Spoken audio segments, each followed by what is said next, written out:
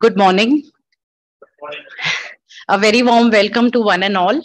On behalf of the Federation of Telangana Chambers of Commerce and Industry, I, Khyati Naravne, take this opportunity to welcome you all for the seminar on plastic waste management and extended producer responsibility. And when we talk about responsibility, we all know that this is a way forward: recycle, reuse, sustainability. So I'm very happy that the committee has taken up a lead in this, and congratulations to the team behind this. So big round of applause for this, because it's really nice to see so many people gather at 10, 10, 15 in Hyderabad. So that's like a big achievement for us, sir.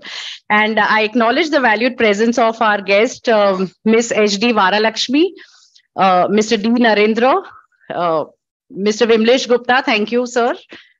Mr. Abhinay, Dr. K. Srinivas, Miss Patrai, Miss Divya Shetty. She's not there. Miss Divya Shetty and Mr. Bala. Thank you again, sir, for this initiative.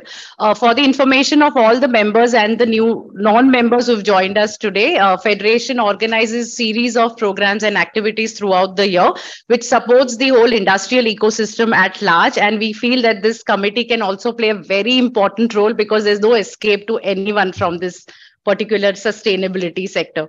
So at the federation, we're also very mindful and have we have taken conscious steps to support the environmental ecosystem and industries so that they can thrive and grow further.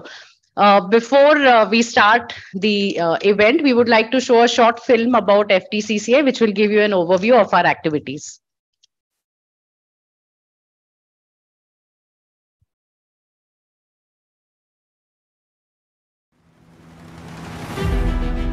1917, the year when a dedicated organization, the Deccan Chamber of Commerce, was formed to encourage trade and commerce activities. The historical journey of the organization has witnessed great transformation as per the changing needs of the industry and businesses.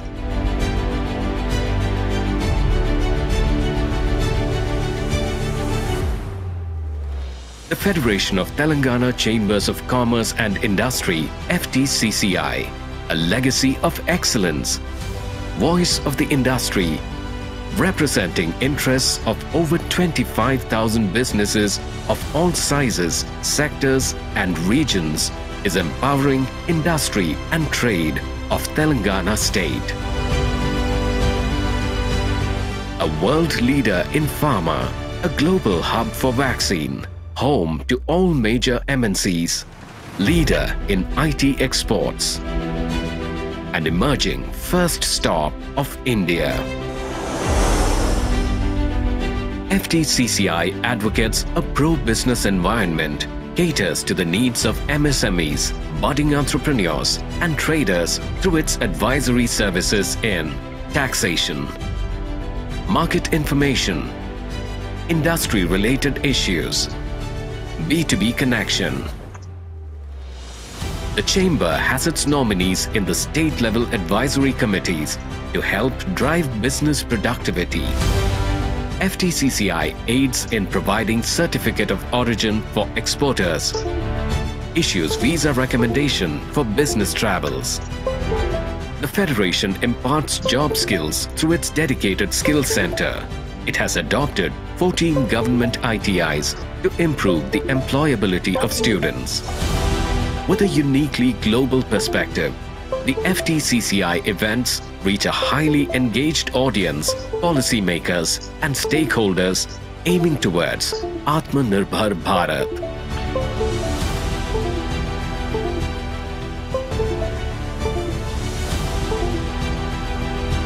FTCCI to work with government, tell us and guide us कि हम लोग क्या कर सकते हैं to remain competitive, to remain better than our competition. FTCCI for joining us, and I thank the office bearers of FTCCI for inviting me. Jai Telangana, Jai Hind. Come and be a part of this dynamic and proactive organization. Together, let's realize the vision for a progressive future.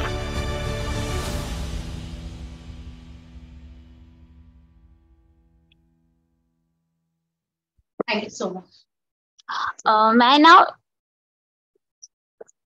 I now invite Mr. Anil Agarwal, President, to please come on to the dais, and Mr. Vimlesh Gupta, Sir, President of TAPMA, Mr. G. Balasubramaniam, Chair of Environment Committee, and Mr. D. Narendra, Senior Environmental Engineer, Telangana State Pollution Control Board, to please join on the dais, and Mr. Neela Jaydev, Sir, who is the Senior Vice President of FTCCI, to please join.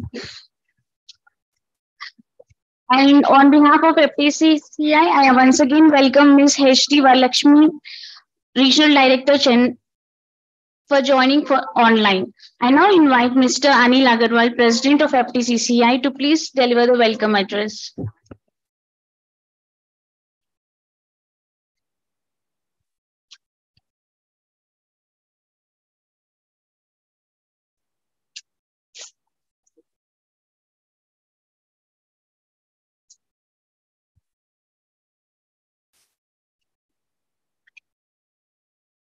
Good morning.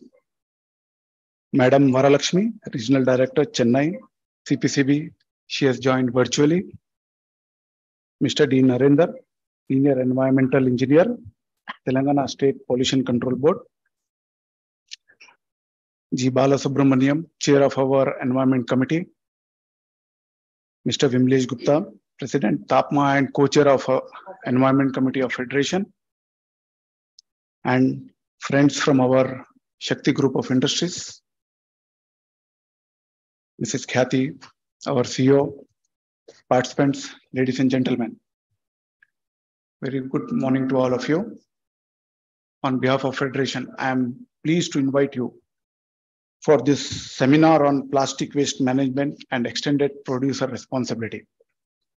On one hand, plastic has become an integral part of life and adding a lot of comfort in our day-to-day activities.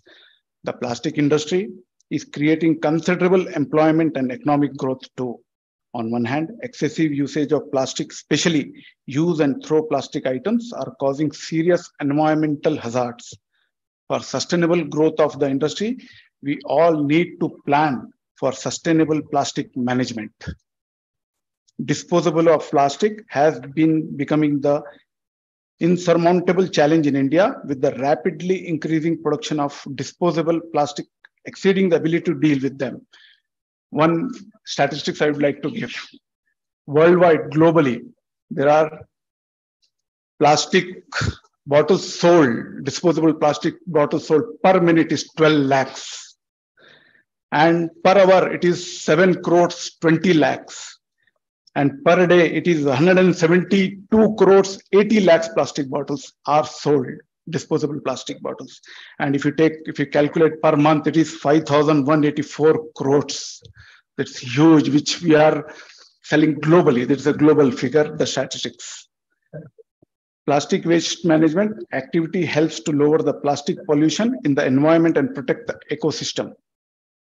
Many plastics end up in the ocean, affecting the animals and plants whose habitats have become aquatic garbage patches.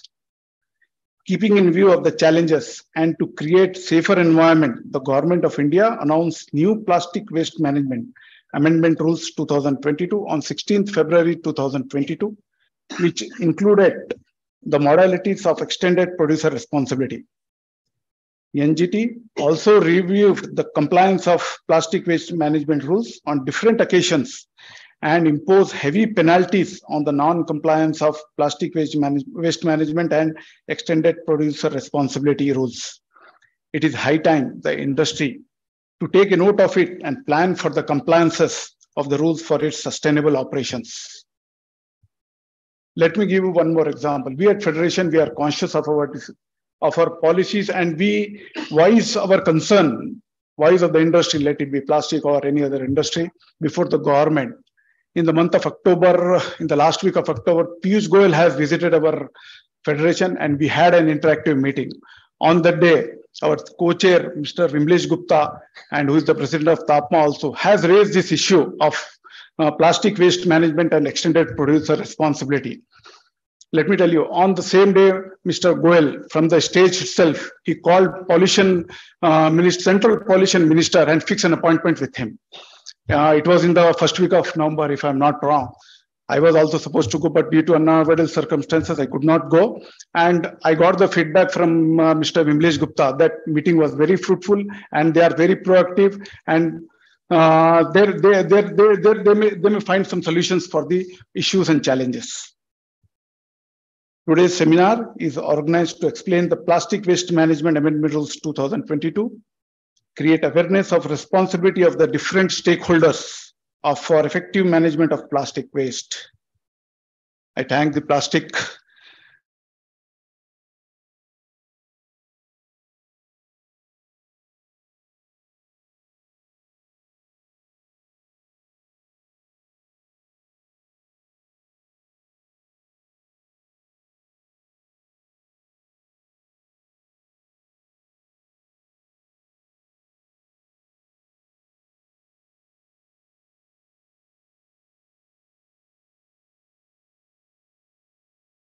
Now, I invite Mr. Vimlesh Gupta, President of TAPMA, to address the gathering.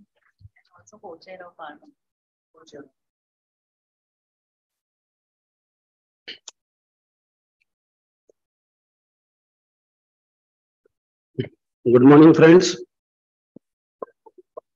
I'll not go into who's responsible, how plastic is useful, and who's throwing the waste and all, because these things, for that, I think the whole day seminar will also not be enough to put forth my points, because we need to focus on EPR, which is now a reality. So, as our President sir was giving some statistics of the bottles, I would like to add something to that. That the plastic bottles, the PET bottles, are the most recycled product. And if you see the PWM rules, it is not there in the PWM rules itself. Only because it is highly recycled. Now you see sports people, they in the big events like the World Cup, even the Football Cup, the apparel they are using, even the footwear and all is made of recycled PET. So this is what, if it goes into a proper recycling channel, what are the uses? I welcome you all to this very important seminar. In fact, it's a very, very important seminar on EPR this lovely morning. Why I added this very is because time and again we have been telling that it is very important. And I see very few people are taking this seriously. So I had to add that I think everyone is probably waiting for some flash news to come that EPR on plastics is scrapped and government agrees to take all the responsibility of our plastic waste. Too good to be true, right? Yes, you are right. Someone pinched me when I also was thinking the same, because this is not going to happen. Jokes apart, friends, what I really mean to say is that the government is very serious in implementation of the PWM rules, which also has the EPR obligations mandated. In our recent meeting, as President Sir was mentioning, with the Union Environment and Minister and their team, they were very clear about this. One good thing is that the ministry is ready to listen to our suggestions, and for some problems even they have assured to give some relief also. We have given our representation to them. In fact, I had a talk today morning only with the officials of the ministry. They told me that because the parliament is in session, so they are waiting for maybe another one week, and they'll try to reply to our queries wherein some small issues are there. One more thing I would like to tell you is that time and again we request for suggestions from our members and other fraternity people, but unfortunately we don't get much response. So see, we have to be proactive in order to get some solutions. We need to get some questions, some suggestions from you all. Then only we can put forth to the ministry. One thing I'm afraid of is that my industry brothers and colleagues who are not serious to start this journey of EPR, whenever they start implementation, they will be starting with a 195% obligation.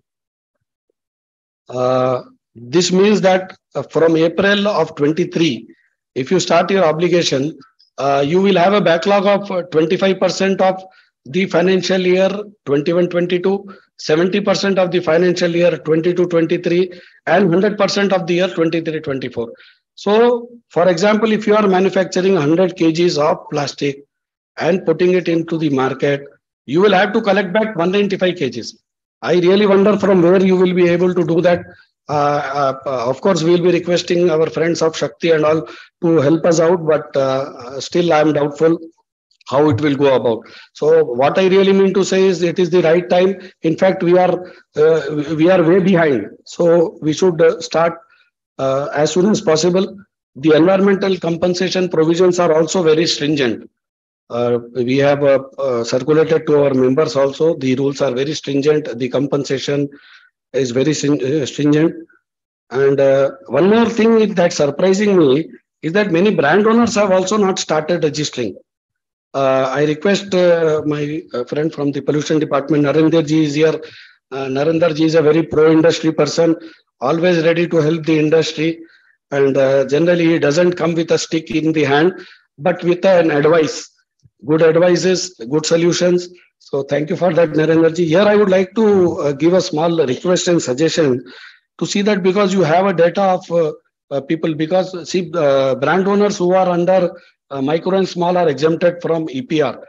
But the one who are coming under medium and large, you have the data. So I think you need to push them also to start the EPR. Why I'm telling this is because once they start doing this, the producer's obligation will be reduced by that margin, and it will help them, sir, indirectly. Also, I thank TSPCB for giving CFOs to manufacturers of Katedan area. As the restrictions of Geo 111 are not, they are already withdrawn. Some small issue is there, which Narendra sir has also assured me, and we will be talking to the higher ups to see that industries who have come after 2000 will also start getting CFO. In fact, we have written to the Central Ministry and the CPCB to start giving EPRs first, because what will happen if we wait for the CFOs, then this process will get delayed. Let us see what will happen, because a lot of PIBOs and even recyclers are there in the Katedan area who are waiting for this kind of registration, sir. Industry people, more particularly small manufacturers and recyclers especially, they fear that once they go to the PCB, first thing they will get is a closure notice. This myth is there. I'm sure Narendra ji will definitely assure from here that not to fear about this. I think I'm right, Narendra ji. Thank you, sir. One more thing is, sir, when I had a meeting with the minister himself and his team, we were talking about some products on which some officers are insisting on EPR. So they made it very clear that EPR is on packaging and not on products. So I request you to, because you are well versed with the subject, I know. So please see to it, Narendra ji. Thank you. I thank FTCCI, especially the chair, Bala sir, Ankita madam, who strived and coordinated to make this program happen. Thanks to Shakti Industries for coming ahead to give awareness about what is required and how they can help us in this. Special thanks to staff of FTCCI for these wonderful arrangements. And I'm also sure the technical sessions will be very helpful for everyone concerned. I'll not take much of our time. Thanks to the speakers of the technical sessions also. I'll end with a mandatory couplet. नामुमकिन सी लगती होगी डगर, डगर is the way ahead. नामुमकिन सी लगती होगी डगर, है थोड़ी मुश्किल तो सही. नामुमकिन सी लगती होगी डगर, है थोड़ी मुश्किल तो सही. एक बात जरूर है मगर कि चलेंगे नहीं साथ तो पूरी होगी भी नहीं. Thanks all the best and God bless. Thank you, sir. I now invite Mr. G. Balasubramaniam, Chair of Environment Committee, to please give introductory remarks.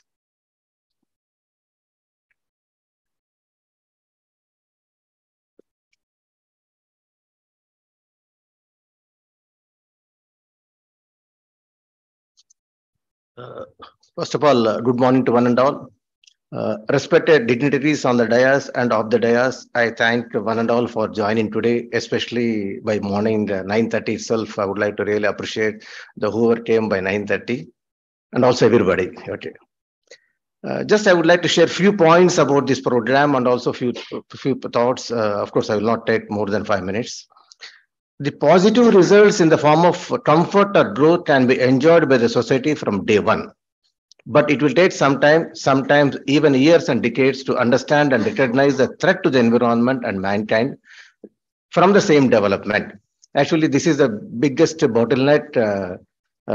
We start enjoying the benefit from the day one, but we try to take years together to understand what is the other side of the coin, that is the negative impacts. This is a big challenge with reference to the development and environment. Maybe with more research and more consultation process, probably the gap can come down. For instance, the usage of plastic and more particular single-use usage of plastic has become a way of life. Whether we like it or not, it has become a way of life. I'm not endorsing that. No doubt it has created more comfort, at the same time created a serious environmental threat, even polluting the oceans with tons of plastic waste. Recognizing the challenges due to the plastic waste, Government of India had issued plastic waste management rules in 2016 and made few amendments subsequently. On the one of the strategies adopted by the Government of India is through introducing responsibility for the industry through a system called extended producer responsibility. It is I would like to say, the novel experiment. The producers, importers, and brand owners are made with the responsibility for creating a positive environment for the safe collection and the reuse or recycle or upscale the plastic waste. Central Pollution Control Board for this in this connection also issued standard operating procedures and different guidelines from time to time for helping the PIBOs. CPCB is creating a very robust system like the GST. I may be wrong in using that in the comparison, to track the quantities produced, supplied, and used by the different entities. I agree with the Vimalesh ji, what he mentioned, how the CPCB or the Minister of Environment is very particular about the plastic waste management. You can see the system what they are creating for tracking the plastic waste management. However, as this is a new system, some of the industry, especially small scale and traders, may encounter some operational challenges while implementing the EPR. I am sure over a time and with effective stakeholder consultation, the challenges can be addressed satisfactorily. To support the PIBOs in our state of Telangana, I am happy to say that this program was organized by the Federation with the Association of TAPMA. This program is structured with the speakers from the regulatory authorities at the national and state levels, that is the Central Pollution Control Board and Telangana State Pollution Control Board, and EPR service providers and industry. That is, all the stakeholders in the EPR system has been roped in to share their experience. I would like to say it's a good platform to learn, to interact and seek the clarifications, because all the three people are involved in this today's workshop. The first technical session will cover the policies and regulations. I would like to personally thank Varalakshmi Garu, the Regional Director, Central Pollution Control Board from the Chennai, who has agreed to join online from the Chennai because of some work pressure. She could not join, and she will be talking on the plastic waste management and EPR, national level policies and programs. And also in the same first session, Mr. Narendra, my ex-colleague and a good friend and very positive personality, I would like to say, from the Telangana State Pollution Control Board, we will be covering an important topic on the plastic waste management and EPR regulations and compliance requirements. At the end of each session, we will have a slot for Q&A. To save time, I request all of you, the participants, to write their questions in brief on a paper and duly mentioning your name and organization, and you can hand it over to us, so that this will save our time, and also the speakers can reply to your queue with specifically. This will also, I request all of you to consider once again, whatever the queues, instead of you talk directly, you please put in a piece of paper and share it to us. I am sure all participants will take advantage and learn from the rich experience of the speakers of today's program. Also, I would like to thank the Shakti for coming forward to support this event. I am sure as a EPR provider, apart from this program, I would like to say there's a very good opportunity to utilize the plastic waste management with reference to EPR, and also we expect some sort of a good whatever the projects you have done at Maharashtra, I think I'm sure you will plan in Hyderabad also, so that the next meeting you have to show a case study of your upscaling project in Telangana. Of course, I'm an ambitious person. I hope you will take it forward. Thank you very much. Without much delay, I would like to now, with the permission of everybody, I would like to start the technical session 1. Madam Varlashmi, are you online? Yes, sir. Yes, sir. Good morning, sir. I'm in. She is there? Yes, sir. Can you hear me, sir? Hello. Yeah, good morning, madam. Once again, there was a delay for 15 minutes. I would like to thank you from the Federation side for accepting our invitation. Now, I will request you to kindly share your presentation and about your topic. Thank you, madam. Okay, sure.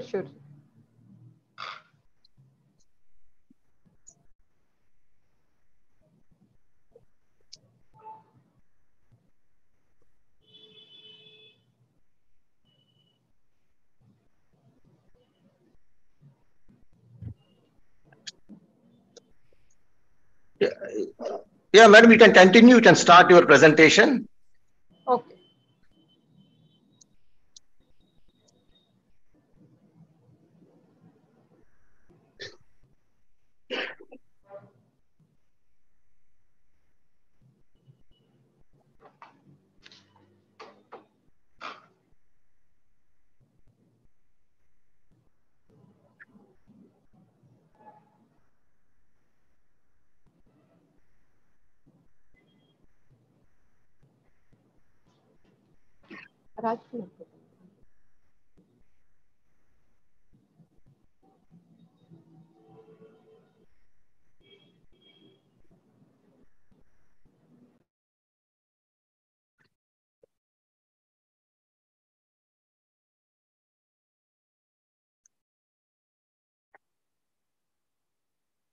Madam, you need to unmute.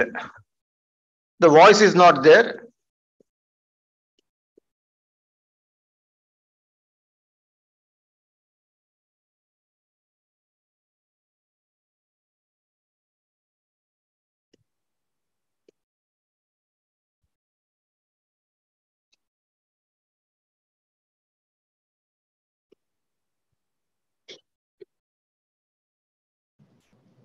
Screen share.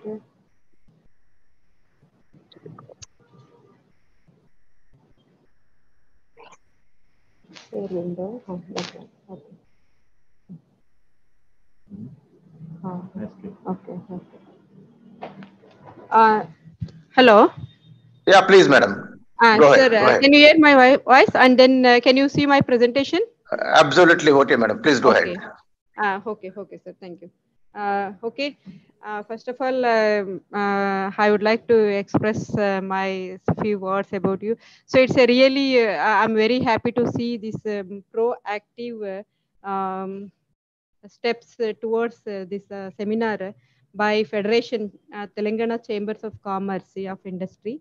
It's really appreciable, sir. So to gather all stakeholders to make them aware about the whatever government taken initiation and effective implementation. And even I thank all other members who were present in there. And then especially I thank to Narendra sir. Sir, it's really good initiation to bring all of them in the one forum. Of course, so today I supposed to join physically, but because of some other problem, I could not. Anyhow, but as you requested, definitely I'm very happy to share whatever CPCB initiation and government taken initiation to make it true of our honorable Prime Minister what he committed to our society, sir. Okay, sir. So shall I start now, sir? Okay, with this background, I think so. You may all knowing the background of this SUP, where from it was started. In 2018, on occasion of WED, So our Prime Minister announced regarding this phasing out of the single-use plastic, okay, by 2022. Then again it was pitched in the freedom, while giving freedom speech in 2019. Then accordingly, we received instruction from our government of India. So then we started working on it towards how to implement. So then accordingly, we made some amendments for better implementation of whatever our Prime Minister has to do.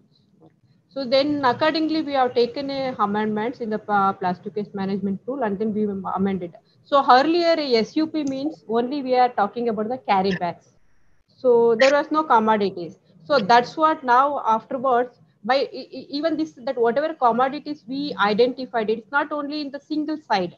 Okay, so with many meetings with the stakeholders, expert organizations, and the expert group of people, after discussing, after many meetings as a outcome, then we identified the SUP items, and then we notified in the rule, okay, in 2000 August 2021. And also then to whom it is applicable, and then we introduce EPR also. Earlier EPR only was to e-waste. Under e-waste rule it was there, and then as per original PWM it was not there. Then we introduced, and then we started working on it. And then even SUP, many of them are still there. We are getting so many calls, okay, regarding SUP items. I think so in our rule it is very much clear what are the SUP items they have to phasing out. So these are the even in 21 amendments it's clearly given under plastic sticks what are the items we are going to ban. Earbuds, balloons, these are the, and under cutlery items what are the items we are going to ban, and packaging, wrapping, films, and other items. We clearly given, but still we are getting phone calls, and then this is my product, whether it is comes under SUP or not, like that. So I think so this someone has to take an initiation to make them aware, and then to get them to stop. But even since July, our team as a CPCB team, along with the SPCB and ULB, we are inspecting, and still we are observing production of some of the items of whatever we already banned.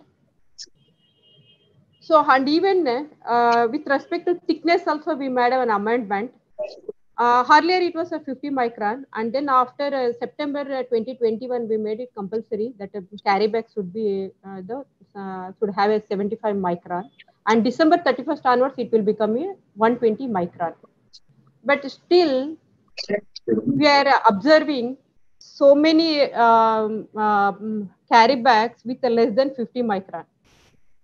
Okay, and then accordingly we are asking ULB to take a action, so that we have to take care of it.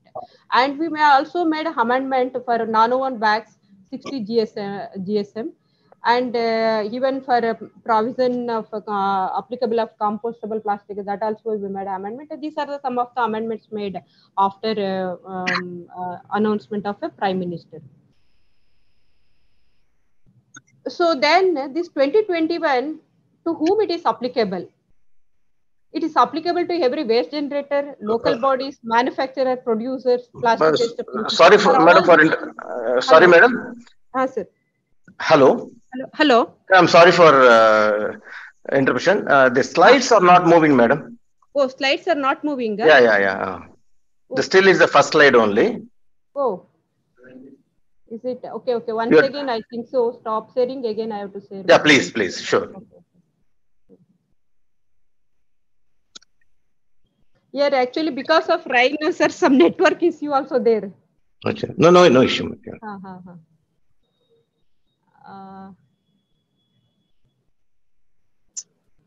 Now, can you?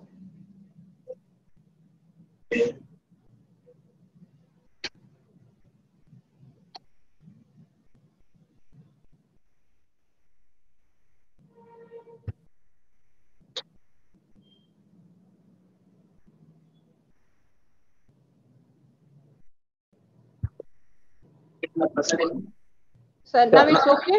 Yeah, it's okay. Fourth slide. Yeah, okay. Okay, now it's moving. Can you change the slide? Let us see. That's what. Now I changed it. You cannot.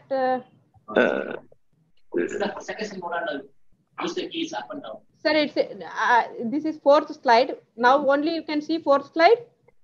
Yeah, fourth slide only we can see. Now can you try? Fifth slide. Fifth slide. You are unable to see the fifth slide. No, no, madam. I don't know why it is happening again and again. I have to go and share. Aradhana, can you? Is it possible? I shared with Ankita. Can you ask her to share from our side? 1 second. 1 second. I'll set up, madam.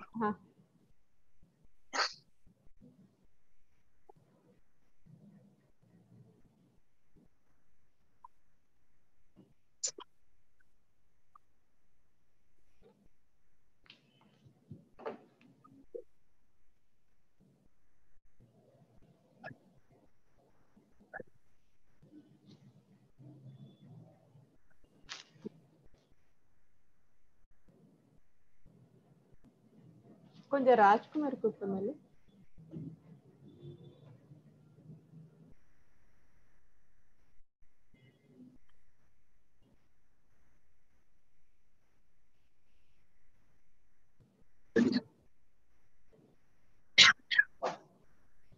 Slide move ஆகாத இருக்குது என்ன காரணம் இருக்கு இந்த format ಇದರಲ್ಲ okay sir now it's visible as sixth slide so shall I if I go to slide mode then I think so it is not moving in this mode shall I continue yes please okay okay thank you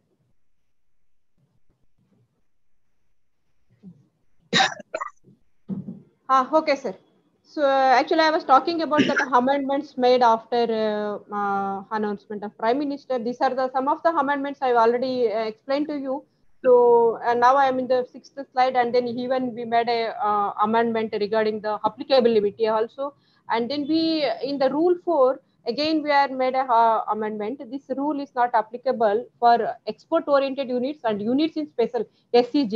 That SEZ should be notified by the central government. Okay sir, so for them it is not applicable.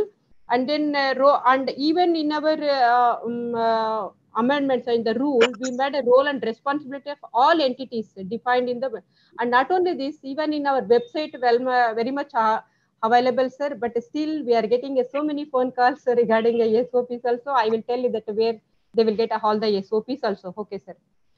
And then we introduce the EPR. Now everyone they are worrying about this EPR regarding why EPR is required and then how come we the target we can meet. Okay, so now that registration to whom it is required. The registration is required for all producer, brand owner, and plastic waste processors. Okay, sir. Then if suppose that any entities operating in one or two, but we have only one central portal, sir. Through central portal only they have to apply. And then if it is that any PIBO or PWP operating in one or two states, then it will go to automatically state boards. And then if it is more than two, then CPCB is processing, and then immediately we are whatever the lacunas are, if they are through, then we are issuing the certificate also. And then we are asking that in the each plastic carry bags, multi-layer should have all this information on their bags. But we are unable to see all these things. Very few people only complying all this our rules. And not only we are asking only stakeholders. Okay, sir. Even we have taken a action, we have framed actions, then how CPCB has to work, and then how to implement this implementation, how to monitor. So for that we have taken so much of so many actions, and then we prepared a guidelines, and then even we prepared for EC, regarding EC also we prepared a guideline. Then for imposing EC, what should we have to see? It's like we cannot impose a EC to any entities. and also that the defaulters, so identification of the defaulters, and then who and all that, and all we have made a mandatory, and then we are asking all ULB and SPCB to go according to our SOPs. So these are the I'm showing these are the SUPs already banned, and then many of the peoples are asking many times. So that's what just I am showing. So cutleries and what are the glass? Sometimes a glass also they're asking that this is banned or not. Like still I don't know. After almost 6 months we are going to complete, but still people are calling and asking. So if any confusion is so, you please share with your stakeholders so that they can also get aware what are the items central government have banned. Okay, sir. And then we made a, not only by amending the rules, we are not sitting idle, sir. So we made so many comprehensive action plan also for better implementation. So we have taken in the 3 levels. One is a supply side intervention. In the supply side intervention, we asked that whoever raw material supplier to SUP manufacturer, we have to stop the raw material to SUP manufacturer. And then we are asked SPCB to identify and stop manufacturing of banned SUP items. And also we asked to stop the selling of banned SUP items. And in the demand side also by creating a awareness. And then we are asking to stopping usage of a banned SUP items. So across the country, with a robust way, we are taking actions, and even we have taken enabling measures like introducing alternative to SUPs. Many meetings we conducted, many seminars, many workshops by taking a help of expert organization, expert institutions who are pioneer in the finding out the alternative to SUPs. Even Hyderabad also, I think so, our in consultation with the CPET, we conducted one stakeholder meeting to give awareness about the alternative to SUPs in the month of, I think so, June, maybe June end. So apart from that, even CPCB issued a directions to, we identified some of the manufacturer industries then who are supplying to SUP producers.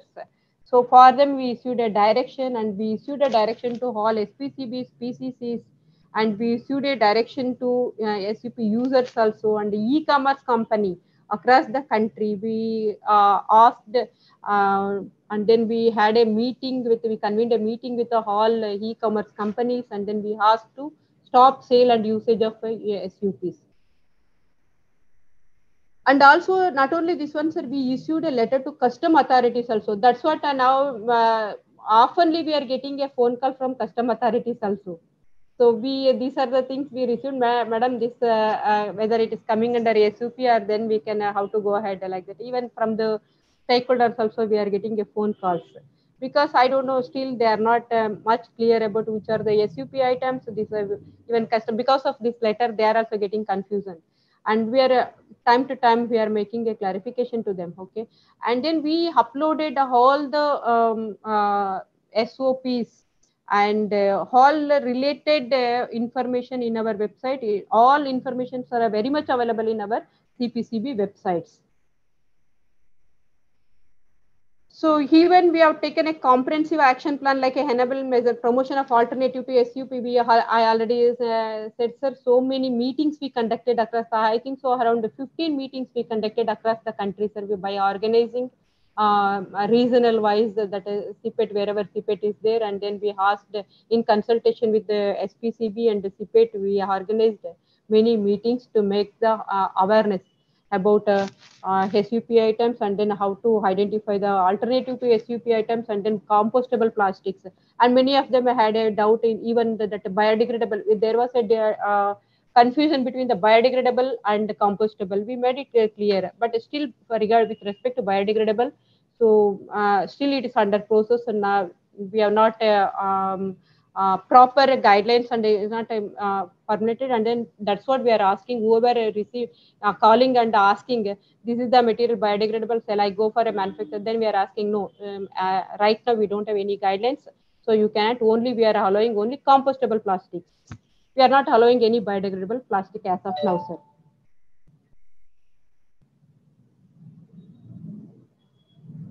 So we conducted so many. These are the regarding training of MSME. I think so. Many of you aware.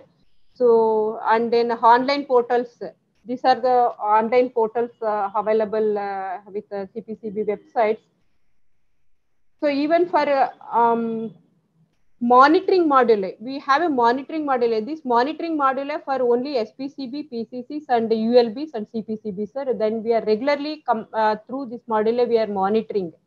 Okay, sir, these are all the some of the screenshots I'm showing. And apart from that, even we have thought of this, not only SPCB, ULBs to become a watchdog.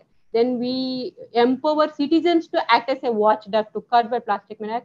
So that's what we have developed one SUP grievance app, even SUP grievance portal also available, sir. So anyone can post their grievance through either through this app or through the portal. Now I am coming to the EPR. Okay, sir. So EPR, why we introduce the EPR? For circular economy, sir. This is the objective of introducing EPR is circular economy and to reduce the pollution load on our environment. Okay. So or otherwise it's very difficult to even catch hold that bring back to this one. It's very difficult. Even we are seeing that e-waste when we introduce it, still so many gaps. By learning lesson from the e-waste, that's what here we have taken care of so much, and then that's what we introduce many things.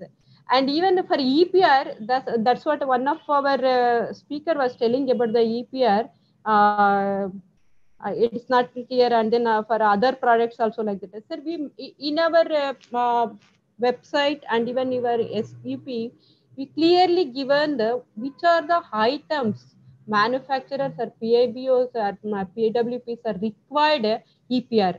Like we given a clear answer, category 1, category 2, category 3, category 4. In category 1, rigid plastics. So that whoever, either producers or brand owners, handling this rigid plastic, they required EPR. And category 2, these are the flexible plastic packaging. Clearly it is mentioned, sir. So this EPR attracts to whom and all. I don't know why again and again they're getting confusion. Okay, sir. So then this one actually we amended this rule in February 16, 2022. And this EPR portal was made available since April 2022, sir. But still that registration process is not that much satisfactory. I don't know why. So that's what we are asking the SPCB. And since last month, since last 2 months, our chairman and because of a minister direction, our chairman taken a stringent this one meetings with all of us, and then even we called a SPCB, and now vigorously we are inspecting, and then we are asking to help the stakeholders, and we are asking all SPCB, PCC to to convene the meeting in their regional wise, district wise, to help them. Okay, sir. That's what even last month we had a vigorous meeting with all SPCBs to make them comfortable with this EPR portal. So here in the EPR guideline, this one only producer, brand owners, applicable for both pre-consumer and post-consumer plastic packaging waste also, sir. And then we even in our SOP, we clearly given what are the roles and responsibility of all people. So the PIBOs and waste processor, CPCB and SPCB, PCC, this all responsibility roles we clearly given, sir. It's very much clear in our SOP. If anyone can go through the SOP so that they can understand. And then even we given the obligation of collection and recycle reuse of plastic packaging waste is fixed. See, for producer of this plastic packaging and importer of all imported plastic packaging and plastic packaging of imported products, and for brand owner including online platform, marketplace, and these are the things we made it clear. So who and all comes under this one.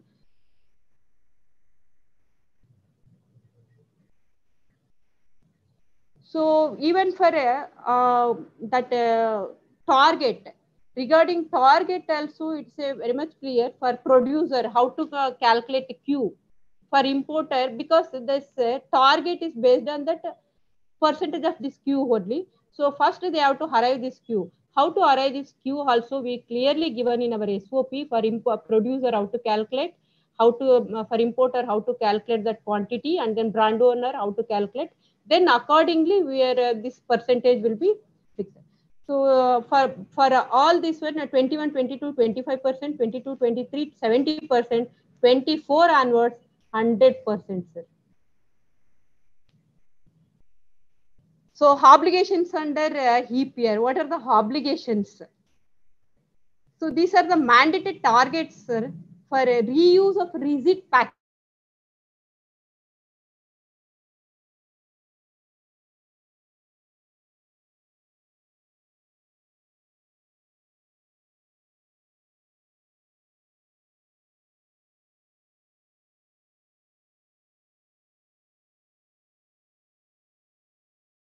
So we clearly given for category wise $70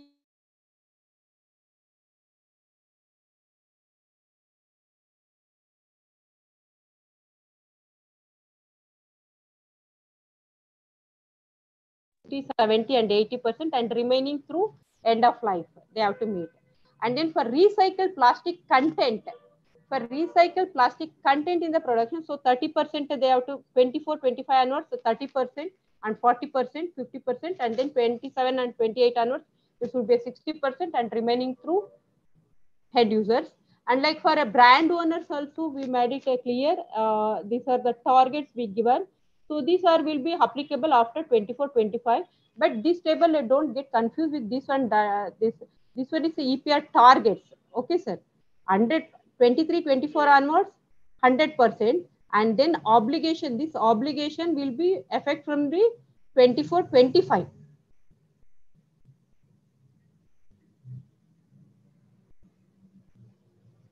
Okay, and then for plastic waste processors to issue EPR certificate to registered producers importer, and then I will come to this model, sir, directly, sir. We will go to this model. See, this is our EPR working model. So producer, importer, brand owners, so they are generating the plastic waste, and then it is ultimately going to plastic waste processor through ULBs or WMS or other channels. So now here producer, importer, brand owners, they can get a EPR certificate from the PWP. So now we also in the one more module we. Ma'am, sorry to interrupt. Actually, your presentation, you have to share your presentation. It has been stopped, ma'am. Request to please share. Oh, please share the presentation, yes. Oh, it is not moving again? Oh, no, ma'am. Like just one slide before we couldn't see it. Now you can see now? No, ma'am, not yet. Then why? I don't know. Earlier it was moving, no? Where the presentation was stopped? These targets can you see? No, ma'am. Actually, you have stopped the share, ma'am. Stop the share. Okay. Yeah. Now I don't know how come. Go open from our end.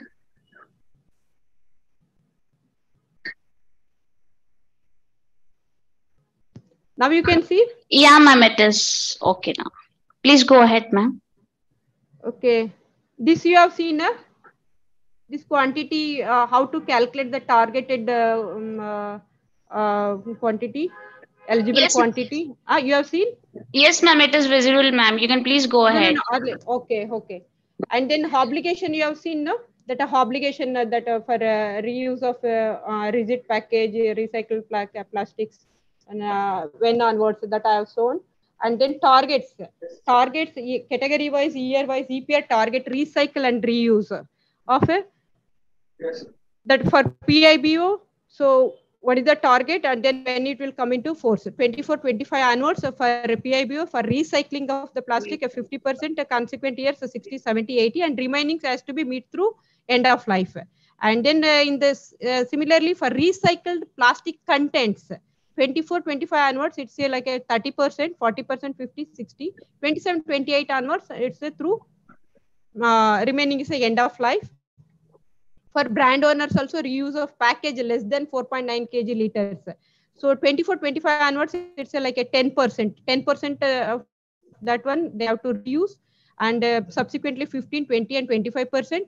And similarly for more than greater than 4.9 kg, if 24-25 onwards, it's a 70% they have to reuse, and then 75, 80, 85%, and remaining through end of life. Okay, so this is the EPR model. In this way it is works. So this now you can see this one EPR model. Yes. Yes. This is the our EPR model. So in the as per this EPR model for achieving that circular economy, now that PIBO, they are the generators, plastic waste. Then ultimately it will come to the plastic waste processors. And then these producers can get a EPR certificate from the to whatever to meet the target. Okay. Now even we introduced the model 3 also. I think so model 3. I think so already SPCBs might have been given a awareness to their stakeholders how this model 3 that exchange of EPR certificates with the same category and same entities, how to go ahead, how to it will work. We have already given a demo to all SPCBs, and I think so this will be come in force, so they can transfer of certificates in between the same category or same entities from the PWPs. They can purchase. Okay, then to meet their target, whatever the committed targets in the EPR while they are getting a registration, whatever committed, then how they can achieve. Sir was telling one of the sir, so 85%, then how I can bring the 85%. This model clearly given. I think so it's a easier business, sir. So now I think so without any hindrance you can achieve it. We hope so. So then we also made that surplus EPR certificates regarding that only. Now I think that model 3A we already introduced. So now it is in use. So now then regarding a EC, if suppose if anyone fails to meet the EPR target, and then ER that entity will be liable to means there ULB or SPCB is liable to impose the EC. Okay, sir. So and also we get in case if that PIBO is able to achieve its target within a 1 year, and then 75% EC will be returned back to you. If it took 2 years, then 60% will be returned back, and then if it is 3 years, 40%. Then within 3 years, if they fail to achieve that target, then complete EC will be forfeited.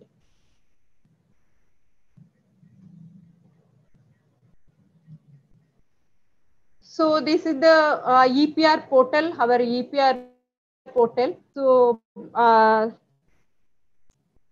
one of them they are asking then EPR regarding EPR portal also. I think so. You all may be knowing our CPCB website, cpcb.nic.in. If you go to our website, in the left side, it is a e-governance portal is there. In that e-governance portal, so if you click e-governance portal, then you will get a many portals of a CPCB. In that, you have to select register of PIBO and PWP under plastic waste rules. So if you go there, then again you will see this one, this screen. Okay.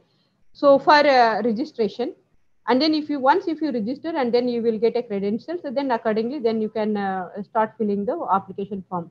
And in the same portal, even we have a dashboard we have a dashboard, we have a FAQ also, and then we have a SOP with respect to separately PWP and PIBO. So in that SOP clearly given. So even stepwise we have given, even after, I don't know why that the stakeholders are facing a problem. So that's what we are asking all our SPCB officials to help. And then even CPCB also continuously we are in consultation with SPCB. We are organizing some meetings with the stakeholders, and online we are giving all advice, and then we are helping them to do this EPR application.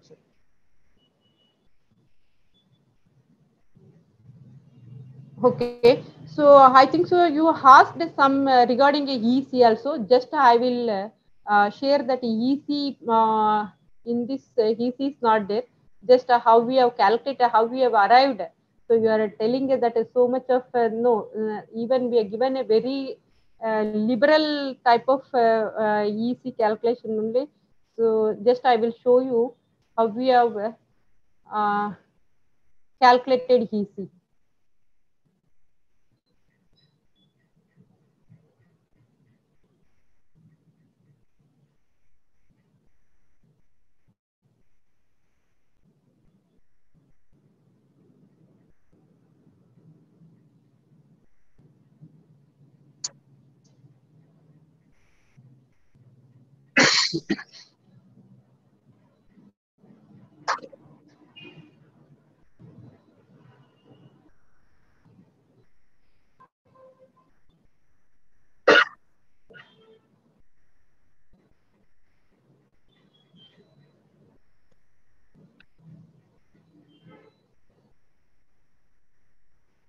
Now you can see the EC guidelines, sir.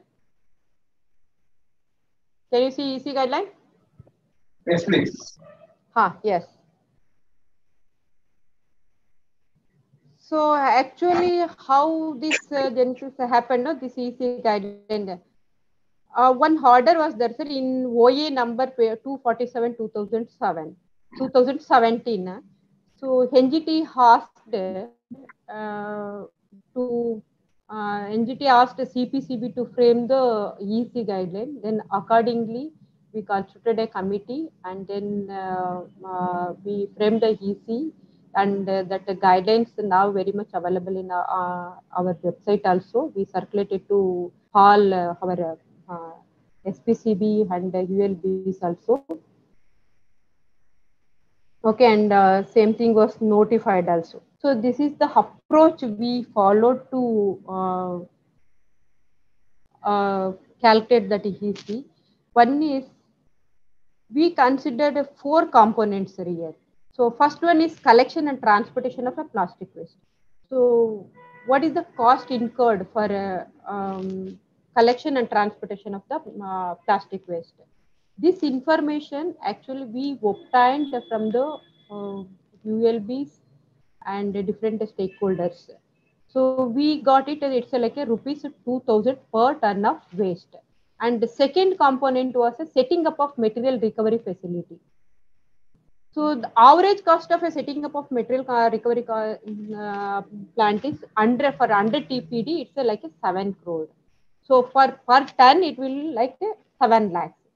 So then for considering 15 years the life of that plant, then we have taken that 150 per ton of plastic waste. And then third component is the setting up of RDF facility.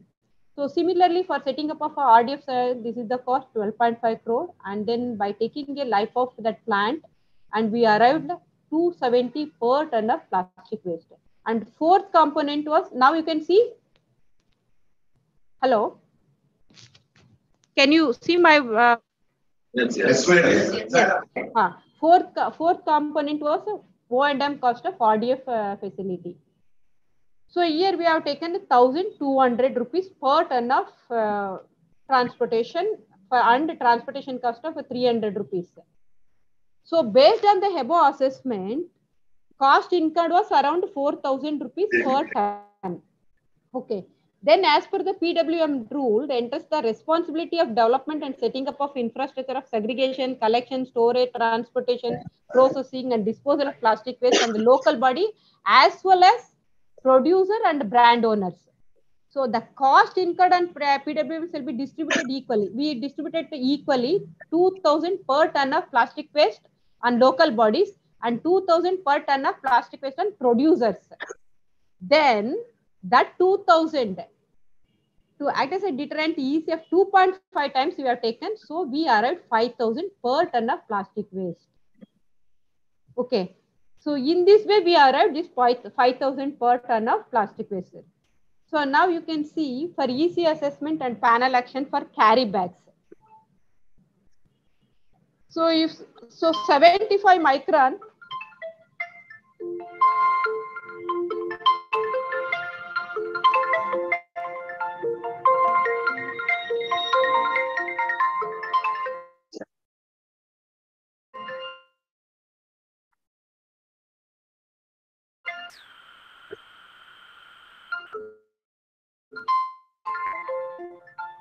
75 micron. When we have amended in 120 micron will be 31st to 12 onwards. So now while inspection of less than 75 micron, then we have to levy at the rate of 5,000 per ton of plastic bags manufactured. That date of effect also we have to see. Either it is a inception or that rules means 30th 9 2021, whichever is later. Okay, and then for this is for first instance. If second time the same person, if he violated, then if we observe, then it will be that amount will become a double the like a 10,000 per ton for second time. For third time it will become a 20,000 or otherwise as per 15(1) of EPA Act. What 15(1) of EPA Act tells? 1 year imprisonment or extended up to 1 lakh or both. Okay, sir.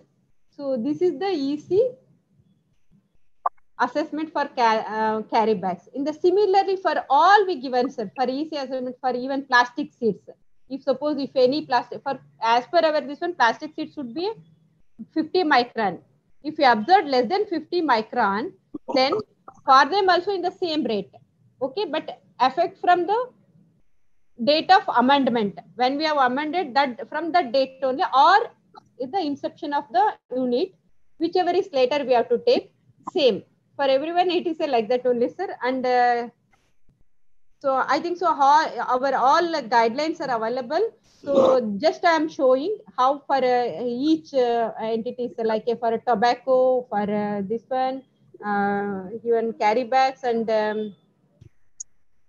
here one more thing I want to tell. EC in case of violation, if found this with respect to non-compliant condition of a specified certificate issued by CPCB. So here again, in case of violation found with respect to raw material used, product manufactured, EC to be levied as per violation of Rule 13(2), penalty for non-compliance of remaining conditions shall be taken in accordance with the relevant section of the PWM rule. So here, if suppose one more EC calculation is there, sir, for other industries, so that also will be applicable for manufacturers. If suppose if any violations, non-complying of the conditions of the consent or any certificate issued, so for that other EC rules we have to apply. Apart from that, this penalty also applicable.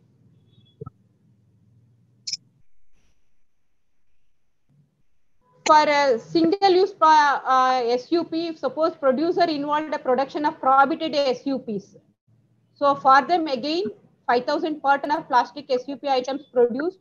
This will be with effect from the July 1st, or with their inception of the unit, whichever is later.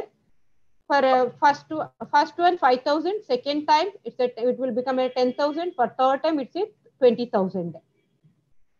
And even if they are keeping a stocking and distribution of prohibited SUP items, I think so now all in that whatever inspection we are conducting, so we are based on this EC guideline only.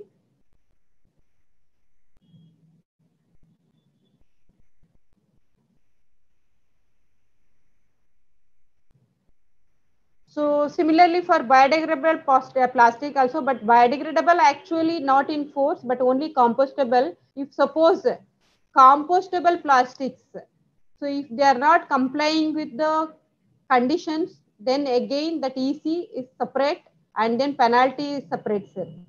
So for even for plastic waste processors, if they are not here actually generate waste generator for not segregating the waste at a source. Here waste generator actually it implies to even common public also for him a spot fine of 500 rupees, and second time if we observed 1,000 and third time it's a 2,000. So this will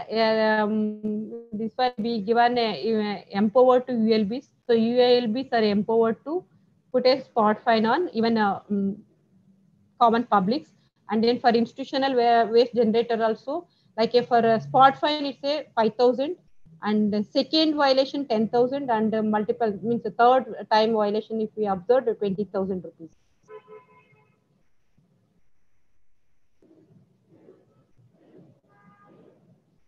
And in case of manufacture of biodegradable plastic failure in final testing, if suppose if a provision certificate if they got it, okay, but they are within that specified time they have to obtain the proper that one. Within that also, if we observed any violations, then they are also liable to pay penalty. So according to our penalty rule, 5,000 per ton of biodegradable if any violation we observed.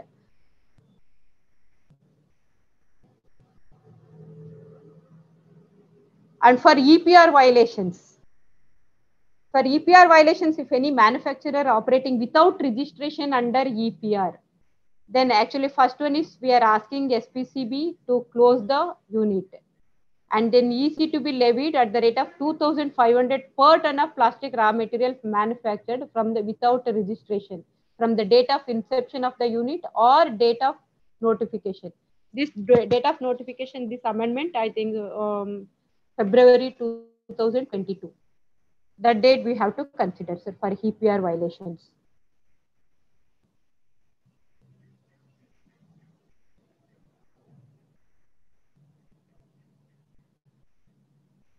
So this already I have told. So if suppose if in the as per the EPR target, if they fail to meet that whatever committed target, and then what should be the EC be calculated based on that one, and then that if they meet the target within a 1 year, 75% will be returned, 60% will be returned in the if it is 2 years, if it is 3 years, it will be a 40% we will return, sir.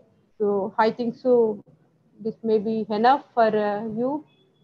Like all guidelines are available, sir. This EC guideline itself, it's a very big.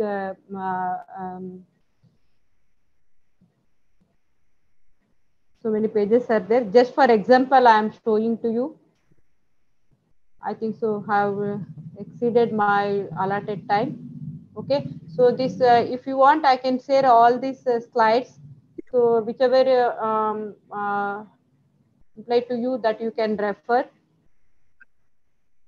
So only just I want to show that that approach followed to calculate EC and how we have arrived at the amount, and then how we are imposing, and then what basis, and then how to collect the data that effect. So for that only, for that example only, I have shown this one, sir. Okay, thank you.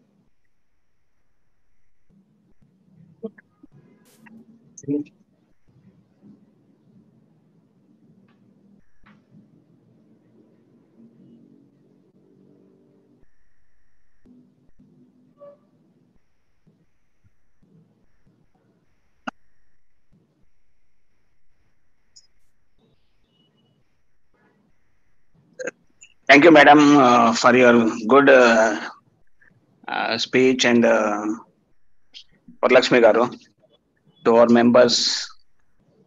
It's my privilege to propose the आपको especially आप you are there plastic management extended producer for responsibility. I very much thank you, madam. On behalf of all and the federation, since thanks to all coming session totally. it is deliberate to into more knowledge extended producer responsibility and the compliance requirements of PIBO, new plastic waste management and rules 22 and the process the protocols of EPR. I also thanks to all the environment committee members and Narendra Garu, please excuse me, I'm going, please continuation this session up to till end, sir. And thank you very much, sir. Okay, wish you all the best. Thank you.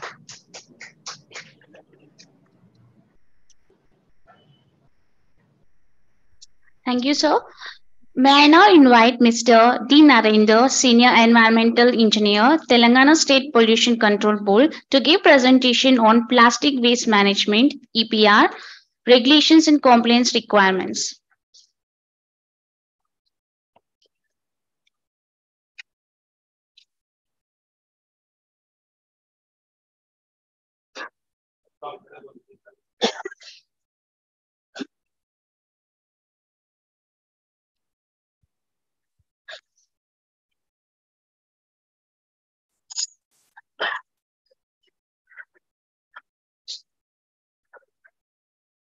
Good morning to all. I thank Federation of Telangana Chambers of Commerce and Industry and Shakti Plastic to for inviting me here, and I congratulate them for taking up this seminar to give awareness to the as well as I think some PWDs are also here. So I most of my presentation will be giving on the plastic waste management as well as I will give a brief introduction to the EPR government of India has now introduced. It will be like more or less a repetition of what Lakshmi has told, but I will be giving little insights into the EPR portal also. So first, my presentation next.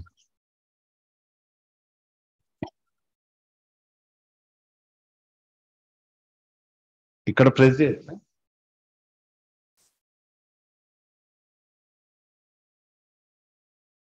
Okay. So my presentation will be covering plastic waste management and a little bit in understanding the plastic waste management rules, because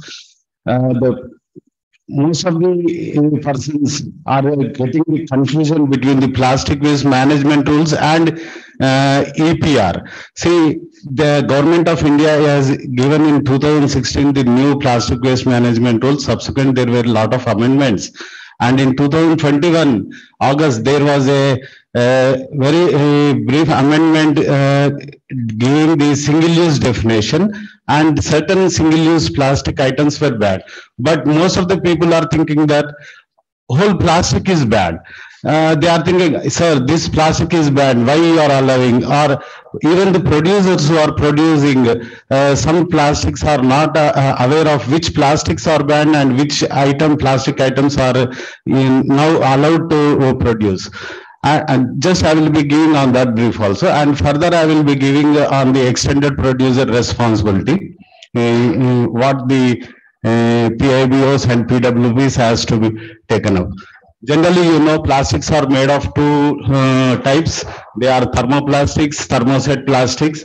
Thermoplastics, as you know, most of these people sitting here, they are easily moldable, softened, and it's like examples are PET, HDPE, LDPE, the PVCs, polystyrene, etc. come under these thermoplastics. Next are thermoset plastics, which are not moldable. They once heating, they cannot be reshaped, and or also they cannot be recycled. For example, it's like sheet molding compounds, fiber reinforced plastic. Or the first plastic, you know, what is the first plastic, you know, it is named bakelite. So bakelite comes under this thermoset plastic. So bakelite is the first plastic introduced, and I think I should not say as a regulator, but I feel that plastic is the wonder material invented by human in this century. Because without plastic, you can't believe now our life has become so comfortable. But the only thing why plastic and has become like a pollution, and it has become like a ghost. Why we are discussing this so much on plastic? Well, because of our human mismanagement of plastic, whole thing is this issue is has happened. So if we manage the plastic properly, we should first collect it properly, recycle it, and dispose it properly. Then only the plastic waste management can happen. So as you know, the plastic has a lot of advantages: light in weight, easy to clean, cheap to produce, chemical water, and corrosion resistant also. Which find due to these properties, plastic is now finding in a different areas for usage. Even earlier, when before COVID, plastic was most of the people were thinking to reduce the plastic in medicinal also. But because of COVID, the plastic usage has increased like 2-3 times fold in medical field also, because plastic has found a solution in medicinal field where it is avoiding contamination, and even it can be reused also.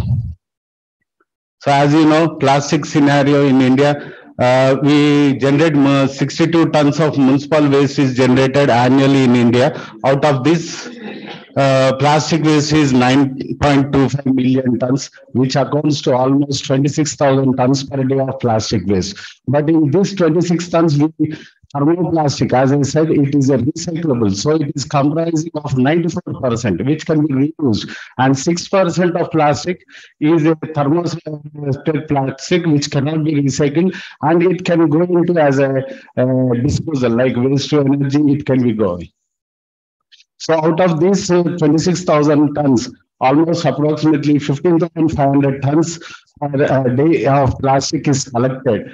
And another 10,400 tons is not collected, and it is finding the way into the, as you know, uncollected plastic is going into roadside litters, clogging the drains, rivers, which is now becoming a problem. This is a major problem area where the plastic is creating, and this is where we need to address. So landfills it is going, and this is becoming a problem. So impact, as you know, it can be environment. As I said, it is choking the drains, everything, and animals are inhaling that, they are taking it into as a with availability food. So, and it is becoming an environmental problem also. Health and overall issues are also there, because PVCs, once you open them, they have a chloride content in that, and it is releasing dioxins and furans, which are highly carcinogenic. Economic problem also. Tourist areas, due to littering of this plastic, tourist areas, it finds aesthetic look is losing, whereby we find that tourism is also affecting due to the improper disposal of plastic waste. So the government thought of how to handle the plastic waste. So first rules is 1999, where recycled plastic waste, plastic manufacture and usage rules were there, where it was around, it was only targeting for plastic carry bags. So 20 microns was allowed earlier. Then later in 2011, it was the same rules were amended, and it was implemented only to the municipal areas. It was the rules were covering only municipal areas, and especially only carry bags were targeted, and around 40 microns was the thickness prescribed in the 2011 rules. Later, the government thought that these rules were not enough, and the rules were modified again, and new rules in 2016 were implemented. And these rules were extended to every area, like local bodies, rural as well as municipal areas, urban areas, Even all the earlier rules were exempted from government entities. Now even defense establishments were also included in these rules. They need to implement these plastic rules. So minimum thickness was rise from 40 to 50 microns in 2016 rules. These were the 2016 rules. So waste generator was earlier waste generator was not they did not have responsibility. వాళ్ళకి ఏం responsibility లేకుండే. తర్వాత waste generator was responsibility. He has to properly segregate. He has to give to hand over to the authorized local vendors, and in these rules by fee collection was also introduced. Like the waste rag pickers can collect the some fee from the generators to have a viable model. So subsequently, even these 2006 rules were also not implemented properly. Then government thought that there was this 2016 rules were also only for plastic carry bags. So there are so much because of 1 minute.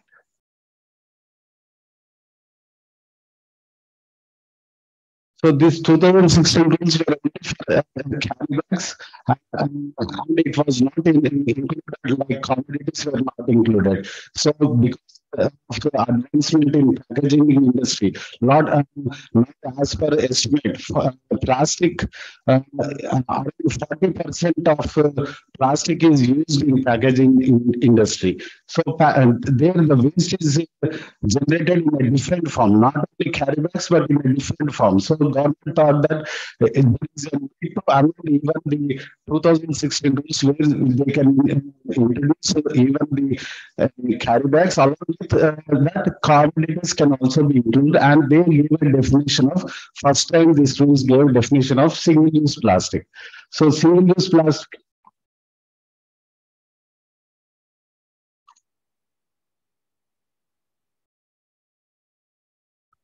So single-use plastics are disposable plastics which are use and throw away plastics, we can call that in a simple language, and which are mostly used for plastic packaging material. So they define single-use plastic, and they define certain items like almost 14 items. They have identified single-use plastic items, and they these single-use plastic items. These 14 items are only banned, irrespective of their thickness, irrespective of their milk, anything. These 14 items are only banned from 1st July 2022.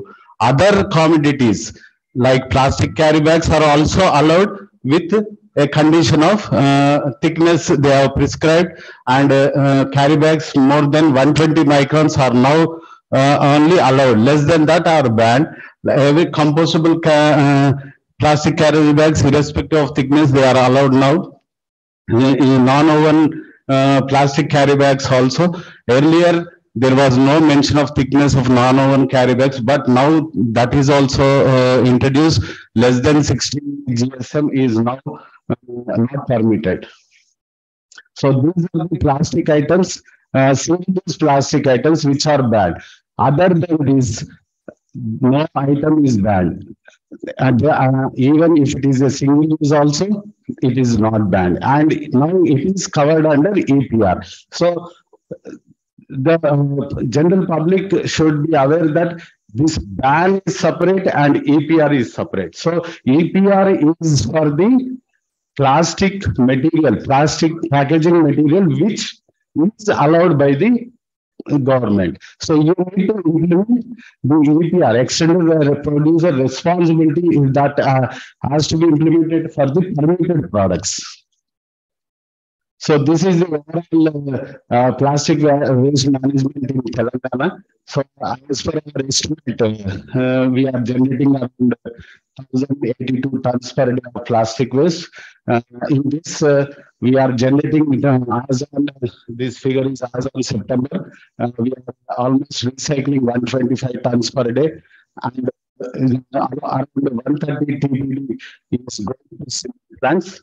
and 40 tons per day is used to produce oil from this plastic waste. We have such around 8 oil producing units in Telangana from plastic. And as you know, most of the plastic is going into municipal waste, which is along with municipal waste, and we have one biggest facility in India, Jalandhar, where they are producing RDF. Approximately 450 tons of RDF is generated. So we are managing around 747 tons per day is managed in Telangana, and approximately 334 tons is still unmanageable, and it is, as I said, it is environment like or dumping in a drains, water bodies like that. So as per our data from Pollution Control Board, if you see, we have 251 registered plastic producers. I think it's not manufacturing, they are producers. So 251 we have registered, which is approximately 587 tons per day they are producing. So ULBs collection and segregation, ULBs have provided around 142, they have ULBs. So still there is a gap. So to address that gaps, ULBs have to now provide material recovery facilities as well as carry out 100% source segregation. This is the only solution to have properly handle the plastic waste. So if you segregate properly 100% at source, then the whole handling of plastic waste will be done smoothly. So and next is the implementation of EPR. EPR can also be achieved perfectly only if you carry out 100% source segregation. So this is the basic plastic waste management structure I would like to present. So if any mixed waste is coming, then that is collected and segregated. Then transportation happens, networking through technologies. It can go to recycling, it can go to road construction, any unsegregated and RDF can go to co-processing in cement plants, waste to energy plants. As I said, pyrolysis to oil, it can happen, and plasma. Recently, plasma technology is also coming where the plastic waste can be destructed. So these are all the basic. If you see the plastic waste management, any management has to fit into this thing only. So if you can fit this into this, and these are all PWPs, like plastic waste processors. So they are the major players in the implementation of EPRs and these rules. So once these are strengthened, these facilities are strengthened, I think plastic waste management can be properly achieved. So to CPCB, once this amendment has come in August 2021 for a single-use ban, the CPCB has also prepared 2 software modules where day-to-day online monitoring is happening through these modules, and these modules are for all the ULBs in the country. And even state pollution control board officials are involved in these modules. Up to the even ULBs, up to the field inspecting officers are also they are involved, and they have been integrated into this system. And as RD Madam was saying, they have also given one grievance app where a common man can put his grievance, like raise a complaint on any single-use plastic. If some person is using single plastic or some producer is producing single-use, he can take a photo and upload into that app, and immediately that concerned from the GPS location, it will be forwarded to concerned ULB as well as State Pollution Control Board official. So such mechanism has been given, and once grievance is submitted within 48 hours, that grievance has to be redressed. So the government is also monitoring this single-use plastic on day-to-day basis very seriously.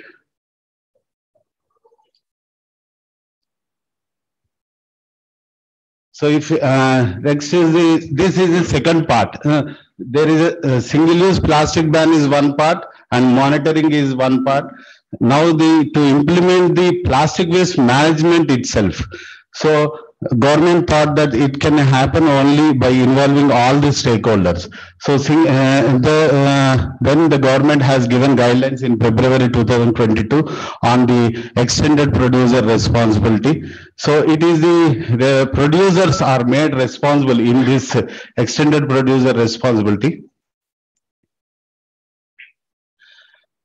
Producers are made responsible for collecting and processing their waste manufactured products, which becomes as a waste at the end of the life. So now through this producers are made responsible.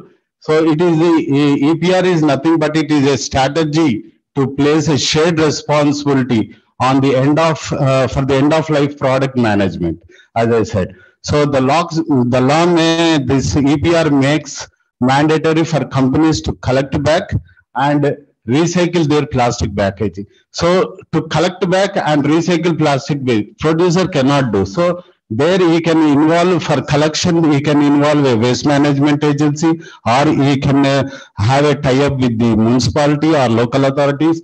And to recycle plastic waste processor, he has to depend on the plastic waste processor.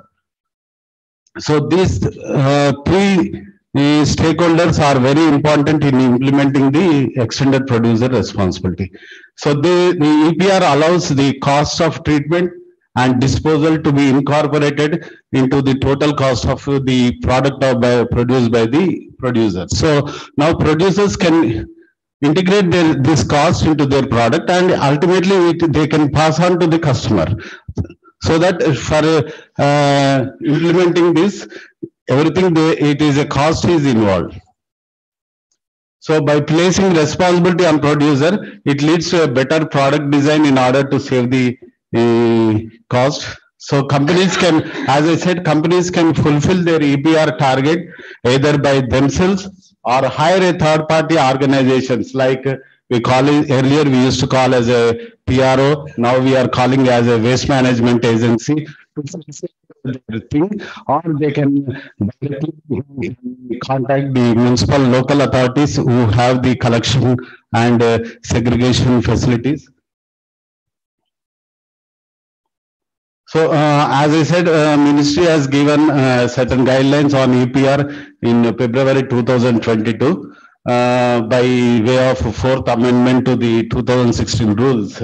So here the main thrust was given on processing of plastic waste. Here annual targets for producers, importers, brand owners based on plastic waste, how much plastic they have introduced into the market. Your annual targets will be calculated online through the system. So there are obligations for recycling and reuse of recycled content and end of life disposal also. The key stakeholders in this EPR portal will be like as I said, CPC, state pollution control boards, all PMs and plastic waste producers as well as plastic waste management agencies. So here the main threshold is the issue of certificate. Like it's like a credit-based system where these certificates are called as like a credits. It can be like a money transfer. It can be. I will be just going through that certification process also, so that you can understand. PIBs can take these certificates through issued by the PWBs and for fulfilling their EPR obligations. So as I said, obligated entities are PIBOs, producers, importers, brand owner, plastic waste processors. So first thing is own distribution channel through direct management, engaging urban local body also.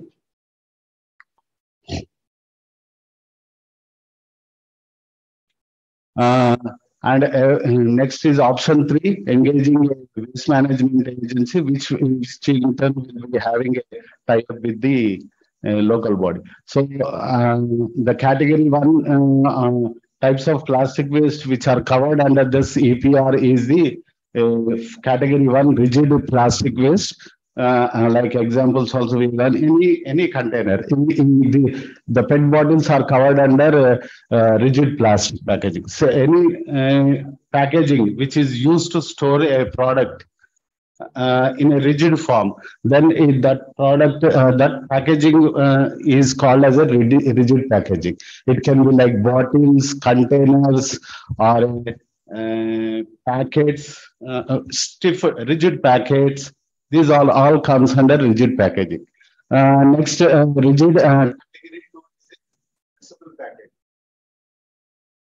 Flexible packaging, which can be of a single layer of plastic or a multi-layer of plastic made of plastic material.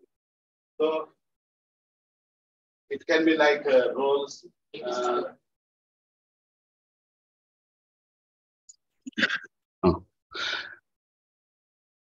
It's like category 2. It can be a flexible packaging of same plastic only. It cannot be, for example, PP along with NDP or NDP mixed with HDP, 2 sheets.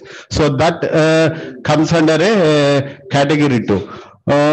Category 3 is a multi-layered packaging, where one layer should be plastic and another layer can be anything like craft paper or like biodegradable plastic also. It can be a compostable also, or aluminium foil can also be with a aluminium foil with lamination. That comes under category 3. So category 4 is like a plastic sheet made of compostable plastics only. It is like category 4 is especially compostable plastics. Here, in draft rules, this was not introduced, but in final rules, when it came in February, this category 4 was introduced. Basically, because compostable plastic is also a plastic, and it cannot be composted under normal conditions. So the government thought that compostable plastics cannot be exempted from these rules. It's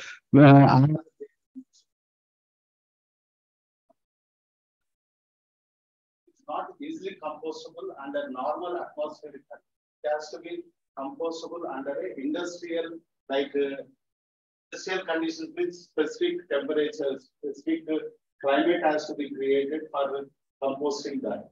So government thought it has to be collected properly and it has to be sent to compost. End of life disposal has to be done with compostable plastic.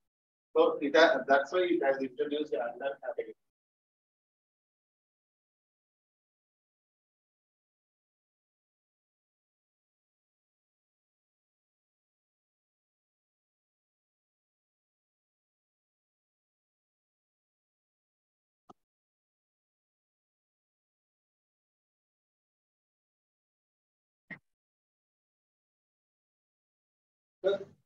The waste management concern of waste management. Sorry to for my knowledge is based on the waste management to organize forward. To take the waste, to give the money to the people who are giving the waste. First one, ranking, maybe the ranking. On the 90s, because I don't know who are those doing this point. But also simultaneously, I give the plane to the one to the PCB to check it out. The spokes before the Quran, after the state formation, and there, nobody cares about the treatment. Nobody is how, and also the one paging before you don't know. What is the content of the one the plastic? The people are carrying this, my naked eye saw is not below require the microns. They're carrying the tea or whatever it is, the plastic cover. Still they are taking. Why is like that? So that's the problem. Right? Sorry, you are a biology. Okay. But here most of the audience are producers. They are the only producers. I should not say that, but they might not be the producers here who are sitting, they are not producing. Plastic waste rules have been given, and there is a certain ban is implemented on it also. Still, the producers are producing. The same producers are sitting here. So, law is there, but they should not produce. What they are doing, what the government has to do. Even we have put so much online systems, mechanisms to control. Still, the producers are doing and sending to the outside. Even we have put a cross-border checking point to not to receive any plastic waste, ban plastic waste.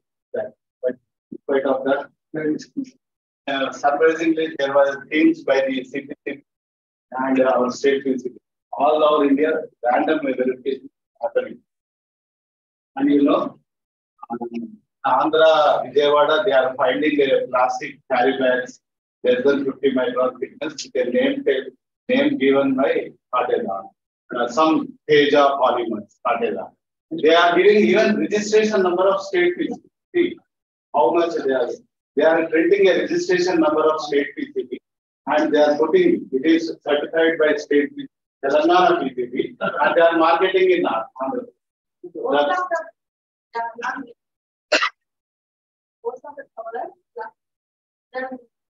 No, they are labeling. No, I can show. I have photos of CPCB sent to us. Most of them are labeling. Some people are labeling with so much confidence they are labeling it and sending it. That's the problem. And that plastic is also less than 50 microns. That is surprising. They are saying this plastic is more than 75 microns, this carry bag. But when you measure with the gauge, it's showing to them. It is happening like that.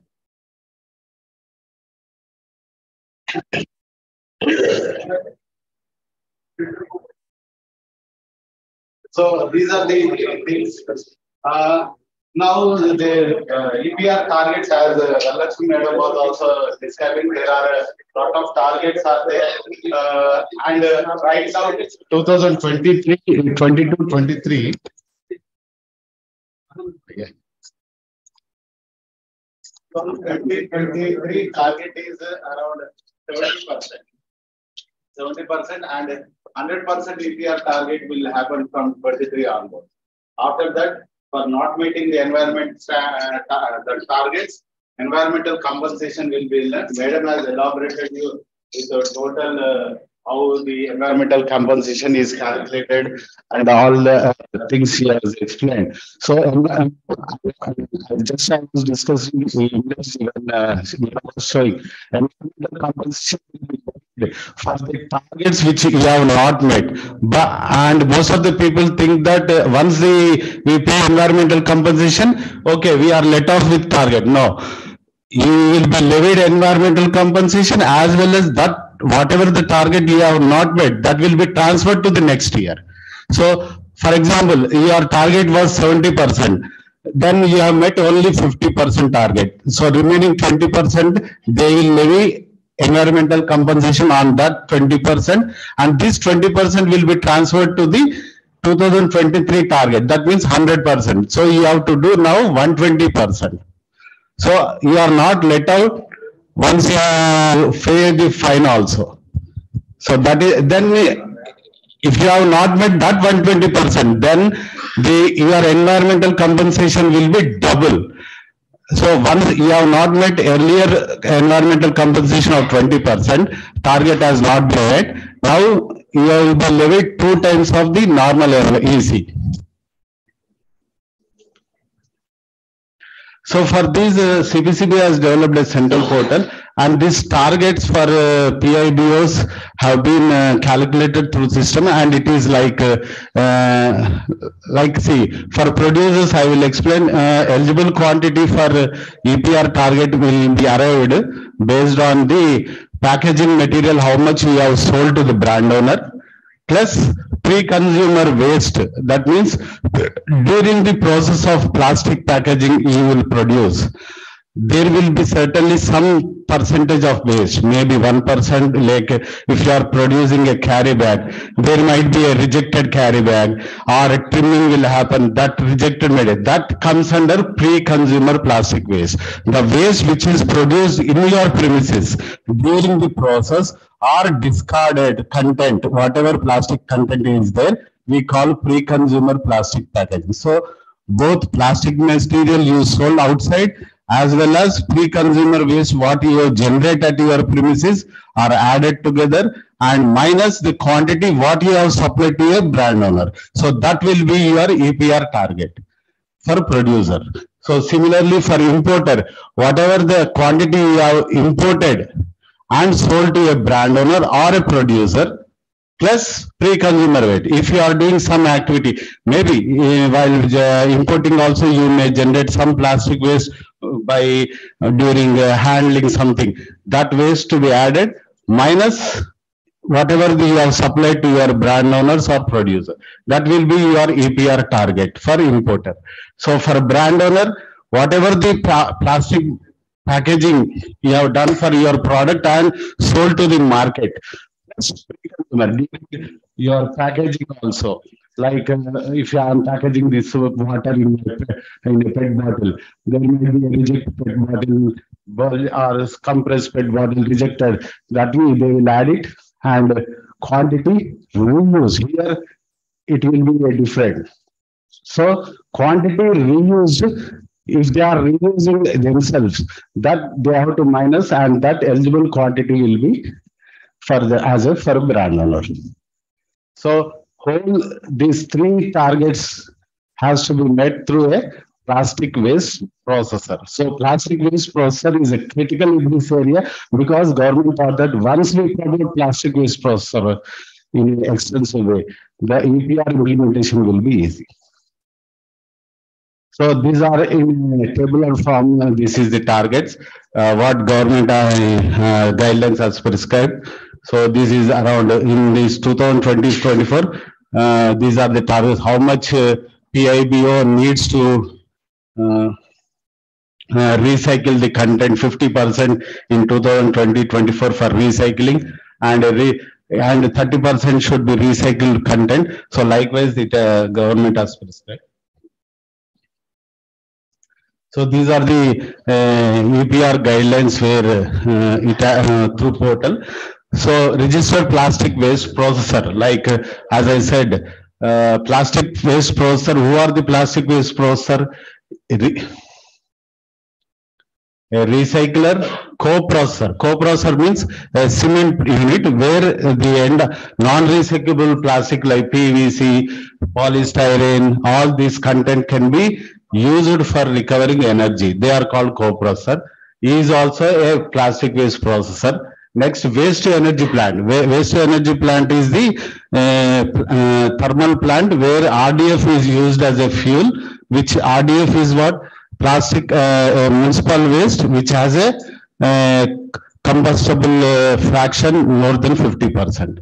So like most of them would be like plastic, waste plastic, where contaminated plastic which cannot be recycled, as well as non-recyclable plastic like PVC, something like that, and other material like other dry waste, maybe paper waste, cloth, all these things comes under RDF. And waste to oil. Waste to oil is also included in plastic waste processor. So waste to oil basically they produce oil from the plastic waste. It is through pyrolysis process. So they can, the registered plastic waste process can issue EPR certificates to the registered producers, importers, brand owners. Registered means in the EPR portal of CPCB, if they are registered, and once CPCB or state PCB issues certificate to the and approved by the PCB, then they are called as registered plastic PWPs or PIBOs. So PIBOs now need to submit EPR certificate as a proof for fulfillment of EPR. The EPR certificate issued by PWP should be submitted by PIBOs. So now, I think from tomorrow onwards, CPCB is enabling another portal where PWPs can they can generate online certificates, and these online certificates can be transferred to the PIBOs. So now that integration is happening. From tomorrow onwards, that portal will also be enabled. Just I think Shakti, you are taking up that issue. You will be okay. One off. So I will only just go through briefly. I will tell, because it is also again another 1 hour. It can be session. So they are taking up. So I will just skip that. So there is a provision for exchange of EPR certificates between PIBOs and PWPs through this portal. So this is nothing but it's like a business model for exchanging the credits. And here in the transfer and exchange of certificates portal, this certificate can be transferred through a denominations, like how we exchange currency. They have given a denominations of 1, 10, 50 rupees, 100, 500, 1000. So it has that denominations wise you can exchange the certificate. So this is the EPR working model, what Madam was also explaining. So any plastic waste generated has to be segregated, channelized through local bodies or waste management agencies, other channels. It can be like any NGOs or some who are involved in plastic waste management. They can be involved here, and it has to be sent to a plastic waste processor. So plastic waste processor depends on his capacity. He can generate certificates, and these certificates can be transferred to producers, brand owners, importers. Okay. So this, as Madam also said, this portal is available from 5th April 2020. So this portal consists of 7 modules. So for right now, registration of PIBO has been activated, and it has been almost PIBOs who are sitting has been registered in this. In Telangana, I think in Telangana, almost 52 PIBOs have been registered till date. PWP's module 2 is second registration of PWPs, plastic waste process, like cement plants, recyclers, all these are included here.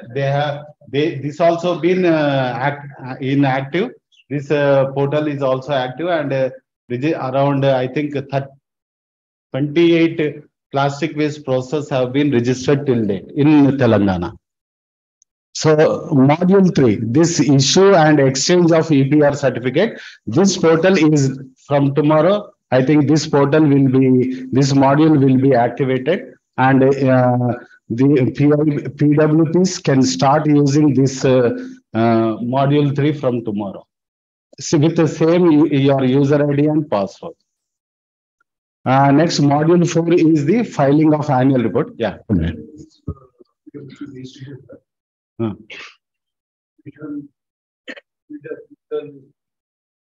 Yeah, I will come.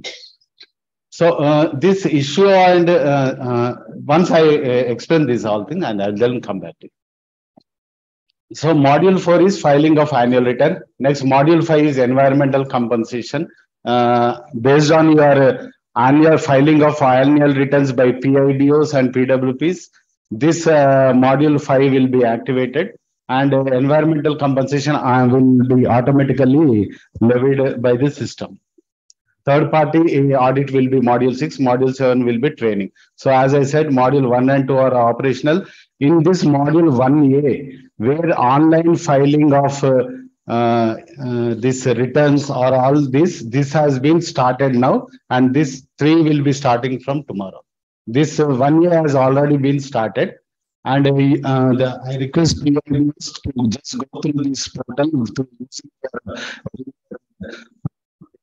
that username and password, and we can file your invoices and exchange that sold invoices also. You can file it here. So this is the information module. For module 1A, you, as you know all the earlier you have filled up, so you might be knowing how the flow is there. But in module 1A, there will be slight difference is there. Same module 1A has been now modified into module pre-registration and post-registration. So pre-registration, everyone has done, all PIBOs who registered have done this one. But post-registration, now it is a real-time procurement and sale details, like your invoices from your whatever you have procured raw material. That invoice has to be uploaded in this post-registration. Otherwise, if you are procuring 1,000, you have to put 10,000, 10,000 you have to put. That's all. And this portal, this invoices has been, real-time invoices have been linked with GST department. So you cannot avoid anything by not uploading anything. You cannot avoid this. This has been integrated, and GST department is also very is cross-checking that. And if you have not seen that any particular some invoices, then you will get notice from GST department, not CPCB. So this also cross verification, cross validation, everything is now being put up in that. So 1A module, as I said, this returns.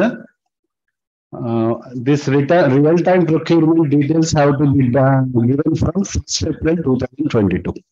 So, this real-time procurement details has to be filled up from invoices details from 1st April 2022. So this,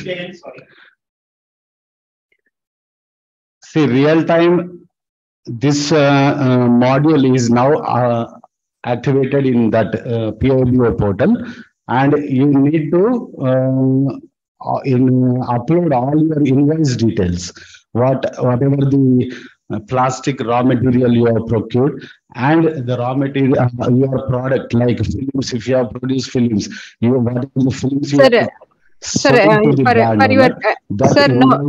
real-time procurement here from 1st April 2022. Then only next year target will be coming from these details. You need not put now every time registration cannot be done. Earlier in this registration, we have given under column under serial number 5, there is a requirement of giving raw material consumed for 2020, 21, 21, 22. So you have given some amount that is not cross-checked now. We are believing you and we are taking that figures and we are giving you annual target. Now that will not happen. You have to give the invoices right now. So you will not ask again 2022, 23, how much you have procured. No, this will show us how much you have procured and how much you have sold. This will show which brand owner you are. Earlier in this pre-registration stage, for 2020, 21, 22, sorry, 21, 22, we have given like serial number 7, there is a requirement of pre-consumer waste, post-consumer waste under category 1, category 2, category 3, how much waste, and there is a requirement of giving details of registered also. How much you have sold to registered brand owners, how much you have sold to unregistered brand owners. So now this will not happen. Here you have to give only the invoices of registered brand owners. If they are unregistered brand owners, there is a provision also in that down that which they will be explaining you. There you need to give the invoices, and this system will automatically generate a EPR invoice, as in EPR invoice. It will generate EPR invoice. That EPR invoice automatically you have to put it in your original invoice which you are submitting to GST. So GST will cross check whether this is registered or not. Then they will be issuing a notice from GST department that you have not registered in CPCB portal for EPR implementation. So next year, if you don't do by this much time, you will be given compensation. So that compensation again the system will take care. This has been integrated. Don't think that when will it happen, who will see? No, system is there. Now everything software is taking care.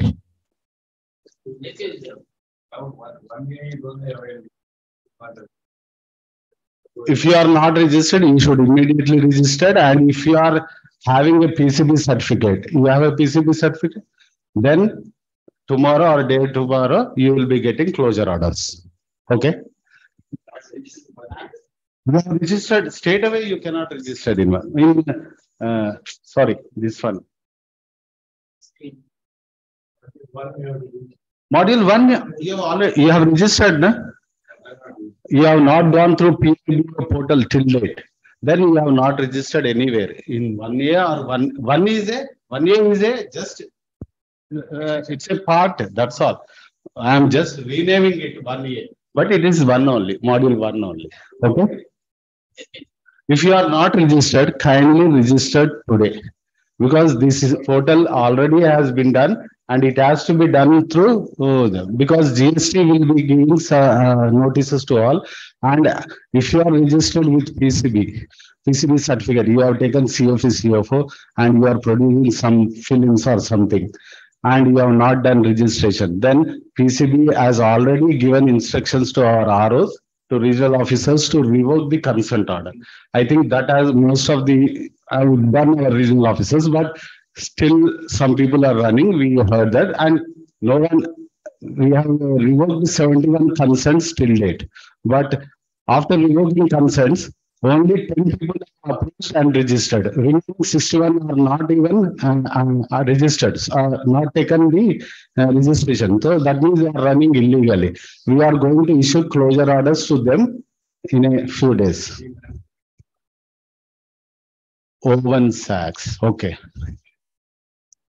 Yeah, it comes under a flexible packaging. No, it isn't. Owen Sachs is also there, no? Non-Owens, all Owen Sachs. Registration, it is a half-an-hour pani. Half-an-hour pani. It is your headache. You should give data. It is only half-an-hour. See, earlier we were pursuing, we were under बुज्जगिंचड़म आपको मनाना पड़ता अभी वैसा नहीं है मनाना छोड़ दीजिए आप No, it's already over. Time is over. What is the role of BOs in this state role? Role in Role of brand owners. No, brand owners are also need to register. Register. What is the role in the state role? Right. They have to give invoice. No, What is the role of brand owners? brand owners have to now give an invoice of the product they have sold. The plastic which they are packing the material and they are selling, no? That they have to file here. The through invoice. How much material they have sold along with plastic. That they have to give. For example, ITC, I am an ITC person. I am selling kurkure. So this much kurkure has been sold, this many tons, and through this much packaging, which I procured from X producer. That is his raw material. No? His raw material is some producer has produced multi-layer and he has given for packaging of chips. He has chips usme laga diya aur bech diya. That he has to give these details here, real-time procurement. That details he has to put in. And it has to include the how much plastic content he has sent to the market. Yes.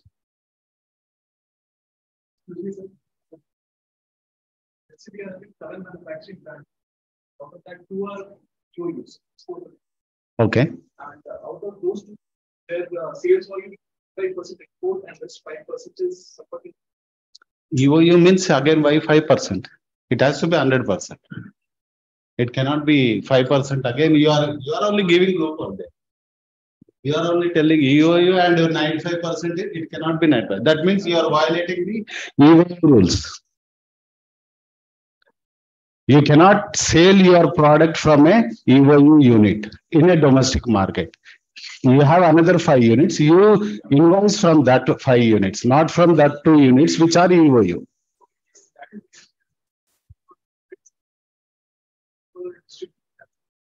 Which they are not directly selling. And then where is the issue? So do I need to register for those two? No. EOU units are exempted. See, EOU units are exempted. Already rules are saying in EPR guidelines also it is clearly mentioned. So if we are registering as a company, we won't be declaring any data for those.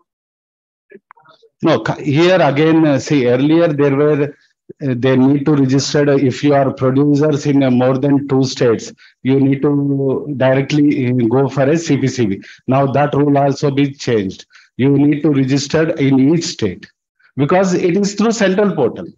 See, earlier you used to go to every state. Now it is not the case. It is you are sitting at your office and filing a report. Then where come so CPCB has amended because we were in CPCB last 15 days back. Same portal we were trained. Before telling you, we should also know what is happening. So we were trained. I was there. So CPCB Divya Madam was telling this rule has been amended. Now there is no requirement of you need to take from individual states and individual unit because see. Every unit has a separate invoice. No? Maybe name will be there. Unit 1, some difference will be there. Everything. So that's why they have put that. So basically, 5 will. Yes, 5 is. So there is a confusion with regards to the term commodity, as I was mentioning in my speech also, because it is very vague and there is a lot of ambiguity in that. Sir, that is a commodity is in a different notification. That's why I told firstly when I was giving. That is a PWM rules for implementation of single-use plastic ban. Don't bring commodity here again. EPR is different. It is only for a packaging in plastic only. Should be made Commodity, maybe as you said, I will give a take example. This is a commodity made of plastic. If it is made of plastic, we call it as a commodity.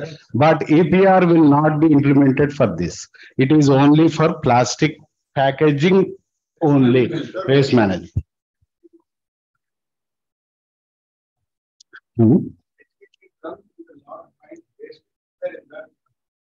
See, that's what the problem. You don't, we are not saying that it is a waste.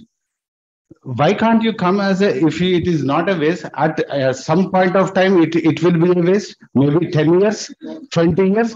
Is it a lifetime? It is a lifetime. How it is reused? That's what we are saying. Come into this portal, it is reused. Then you claim your credits.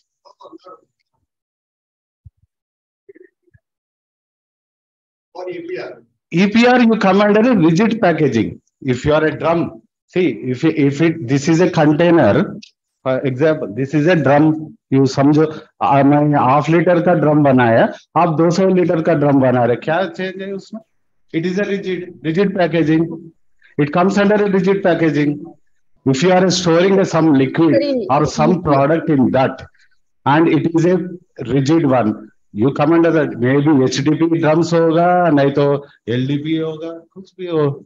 It is a brand neutral, and it has to become into EPR. Only commodities cannot come. Commodities, it's not packaging. That is not a packaging. If this is made of plastic, we call it as a commodity, not plastic packaging. You have to register. Sir, in EPR, it is a clearly given only packaging. See, that packaging of you need not recycle drum only. What material drum is made of? HDP. So you recycle another HDP. It is a brand neutral And what we say, product neutral also you can think. It is like HDP means HDP. You recycle HDP. Any HDP. Making HDP can get a recycling certificate for PS also. Polystyrene also. No, that's what I am saying. Brand neutral as well as it cannot be like category neutral. It cannot be category neutral. It has to be category to category. If you Category to category. yes, if you are producing HDPE and selling into the market, then you need to recycle only HDPE, whatever the brand or whatever the like HDPE can wherever HDPE is used in drums. Another example you say cans. Yes, all the whatever the storage now is happening is HDP. All that can be recycled and you can claim that recycling certificate. So basically, it is not categorized as DP or NDP, but in the category rigid packaging. Rigid packaging, anything. Yeah, Yes. there. Generalize there. Generalize. So you have to take that one. How it can be treated? How means? It will come for recycling after 10 years. Then how it can be claimed as points? No, see, recycling 10 years में आने दो, but your target whatever you are produce 100 tons समझो 100 tons market में दे दिया, maybe it will come for 10 years, but your target is for 100 tons and you need to recycle that HDPE or category 1 as said, rigid packaging, anything you have to recycle it. And you will not recycle. Well, some waste processor will do that and he will issue a certificate to that certificate you transfer. You can use it. That's the purpose, na? EPR. When we have met the Honorable Minister, specifically about the DP balance and all. So they were they were not clear. They told us that it can package. It should come under the product. We have also written a mail separately to them. We are awaiting some. Till now, that has not been clarified. It is included in this EPR. See, lot of exemptions, even in single-use plastic ban. Earlier, they banned plastic glasses, irrespective of their usage. Now, ministry has some people have gone and some brand owners, like big brand owners who are using plastic glasses to package their food, like curd or some milk. That is also coming in plastic glasses, like small glasses or big. Depends on requirement. So they have gone to ministry. They said that we are the brand owners and we are ready to take implementation part, EPR, and it will not become a waste and we will take care. So why you ban that? So now ministry has exempted that plastic glasses from ban, and they said that whoever supplies to the brand owner, they have to certify that amount of plastic glasses will be exempted from ban. You can produce it. And if you are directly marketing or directly selling into the market, like informal way, you can see the plastic glasses can be used in a functions, everything. That is not allowed. But brand owners can use it. That's because they are now it comes under a rigid packaging. So rigid packaging, it is taking care of their recycling. So they told that brand owners are responsible now and they will take care. So that has been exempted. Yes. Yes. No, brand owner will be registered as only one. Brand owner, all over India, you can go anywhere. There is no restriction. Your product goes all over India, pan India. So you are registered as one only. He has to take. Producer has to take 3 places. 3 places means same portal, but you will file in a different application. That's all. Like unit 1, if you are in Hyderabad, for example, Raj Polymers, you say large polymers, you have unit 1 here and 1 in Vijayawada. Then you say unit 1 Raj Polymers Hyderabad, you take separate registration, same portal, and unit 2 at Vijayawada, same Raj Plastics, you take separate. Same should you will name separately. No? At least location ka naam, you will have a different entity for that. Maybe Raj Plastics will be same, but somewhere you will have location at Kinsara, naito Khadedan. That you will differentiate it at least.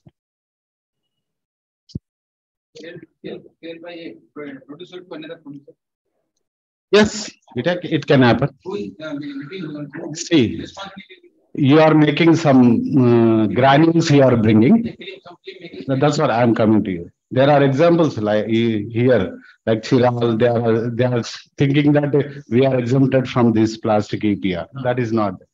So once you are bringing granules and you make some sheet and you are giving to another producer, like he makes printing on that and then he sells. So the original producer here has to take first, and he has also same quantity. No, you first you will register and you will say that I have given to that producer. That producer will say that I will give it to brand owner. So this will minus from you, na? It will minus. Ultimately, it will minus.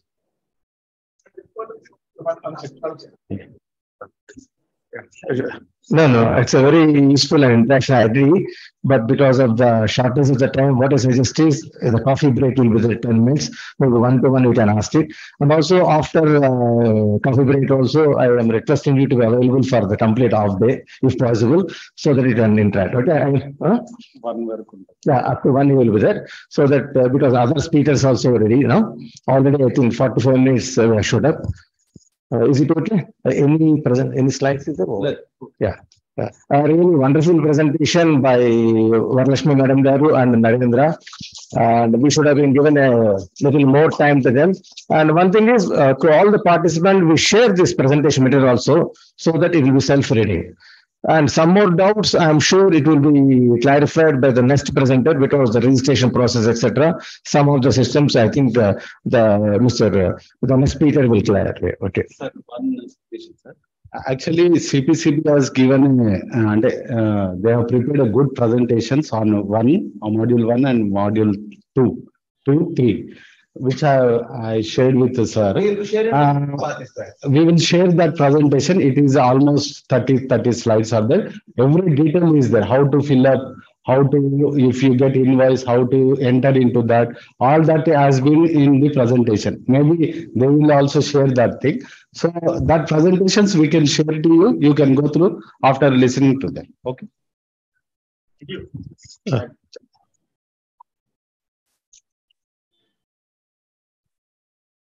Thank you, sir. Now I invite Ms. Kyati Narwane, ma'am, to please present a green certificate to Mr. D. Narendra, Senior Environmental Engineer, TSPCB. Sir, can you? We have to give you green certificate. Come on. Okay. So no plastic, nothing.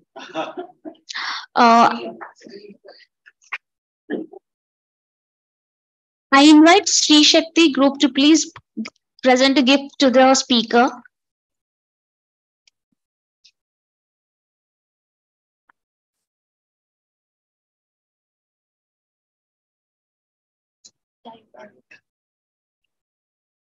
Yeah. This is You can please present. I request Mr. Vasant Kumar, South India Head, Shakti Plastic Industries, to present this. This is all made up of MLP. We are all talking that MLP going into incineration and all.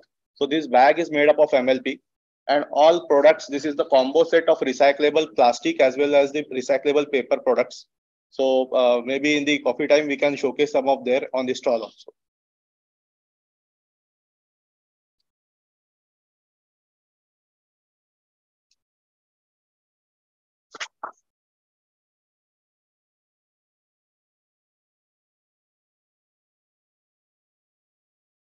So I want to say one thing. In Telangana, right now we have 2 plants. Right? They are doing almost better. They are recycling around 2,000 tons per month.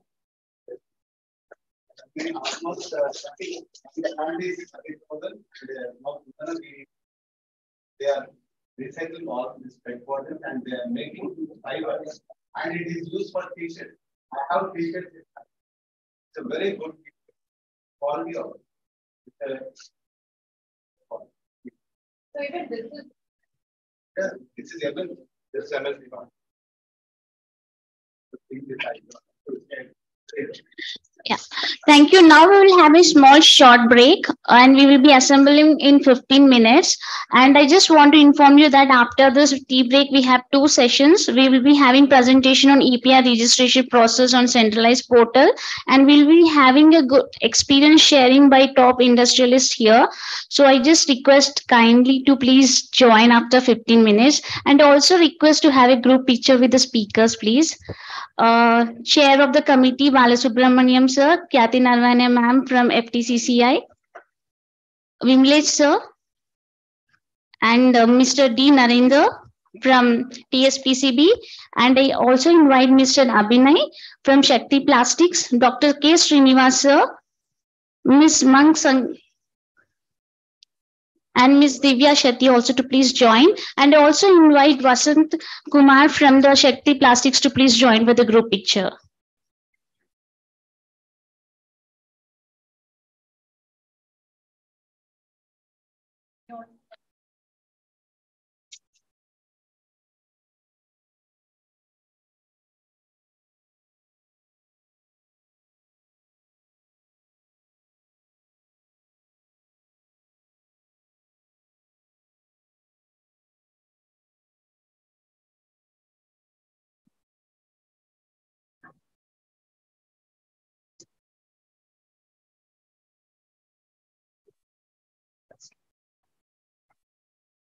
I request everyone to please join for the tea break.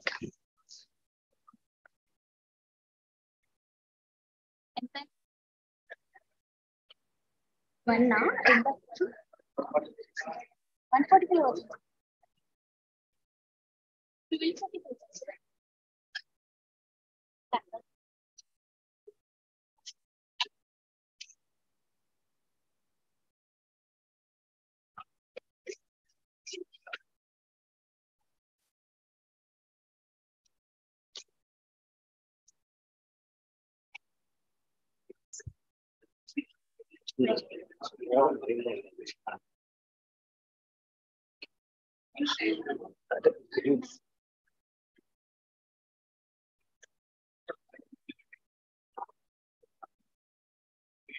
Ms. H.D. Valakshmi ma'am, who has joined from the online.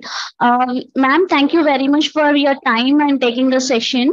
And ma'am, as a token of appreciation, we would be sending you the green certificate and the gift from the Shakti group by courier. And coming to the Q&A sessions, we'll be sharing via mail. And Mr. Narendra sir, who is available, he'll be taking the Q&A because as the session has been extended, we're having a Q&A session at the end, ma'am. Okay, thank you. Thank you once again, ma'am, from my side too. Thank you, sir.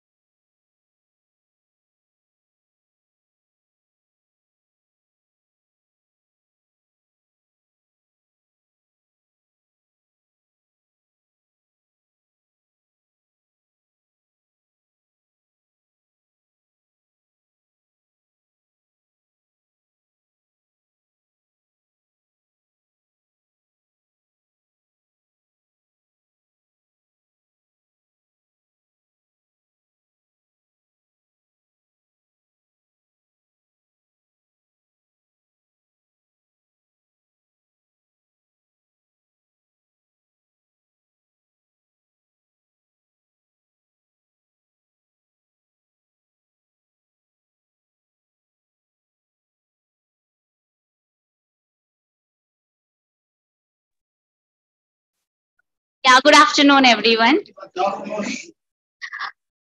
May I now invite, Mr. Abhinay, Senior Manager, EPR Compliances from the Shakti Plastic Industries to please come on to the dais. I also invite Mr. G. Balasubramaniam, Chair of Environment Committee, to please come on to the dais. I also request Dr. K. Srinivas, Vice President from Tree Sustainability Limited, Ms. Man Sangeet, Head Waste Management Operations from Shakti Industries Limited. Sorry. And also, I invite Ms. Divya Shetty, Founder of Infant Cycle Private Limited, to please come on to the dais.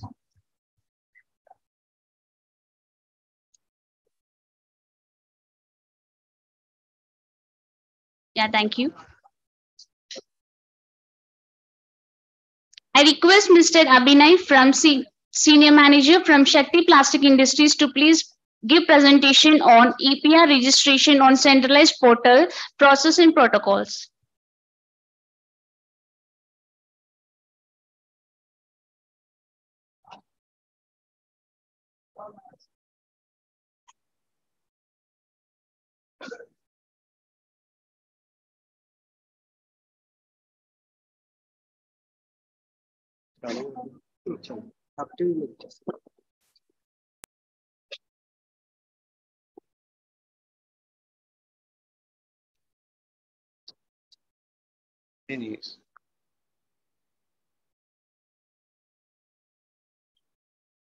Good morning, everyone. I can't hear the voice. Coffee was not hot, I guess. Good morning, everyone. So, we got good lessons in the previous lectures on the EPR, plastic waste management, single-use plastics, thickness part, compliances part, many more things. So, just I will take your 1 minute and I will ask you a few basic questions. How many among the audience sitting here are the brand owners? Raise your hand. Okay. How many are the producers sitting here? Raise your hand. How many importers are there? How many recyclers are there? Okay. And now, last but not the least, for all the audience, who is responsible for plastic waste management? Nobody, no one raises the hand here for this question. So, as everyone said and everyone expresses their remarks, their keynote addresses on the EPR, Extended Producer's Responsibility. For me, the EPR, every person's responsibility. Yes, sir.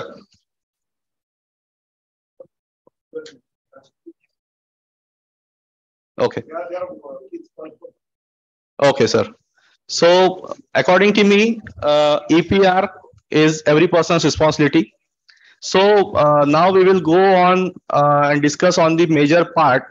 As we drive the vehicle, we require the license. So as per the new protocol, if you want to run your industry, you require the EPR certificate. Simple thing. No complications, nothing. No bouncer questions and no counter questions also. These are the rules, these are the protocols, and these are the format for the EPR registrations. Before that, I would like to brief in 2 minutes about the Shakti Plastic Industries. So behind me, you can see this slide. We are into the plastic recycling from past 53 years, established in 1969 by late Mr. Vishwanath Podar. We are the front runners in the plastic recycling and supplying the reprocessed granules. We are into the post-consumer as well as the industrial waste management. We do CSR activities tied up with more than 150 plus municipal corporations pan-India across all 36 states, including the union territories, and more than 180 plus collection centers in all 36 states, including union territories. We have enabled the livelihood of more than 15,000 plus rack pickers, because they are our real assets for the collection and the segregation part. Because in this recycling sector, when we discuss about the recycling and the recyclers, for us, The raw material is not the granules or the any other spare parts or machineries. For us, the major raw material is the plastic scrap, which is getting generated at the industry waste or factory waste, we can say, or the basic waste which is coming along with the vehicle and with a good sound, gaadi wala aaya ghar se kachra nikal. Right.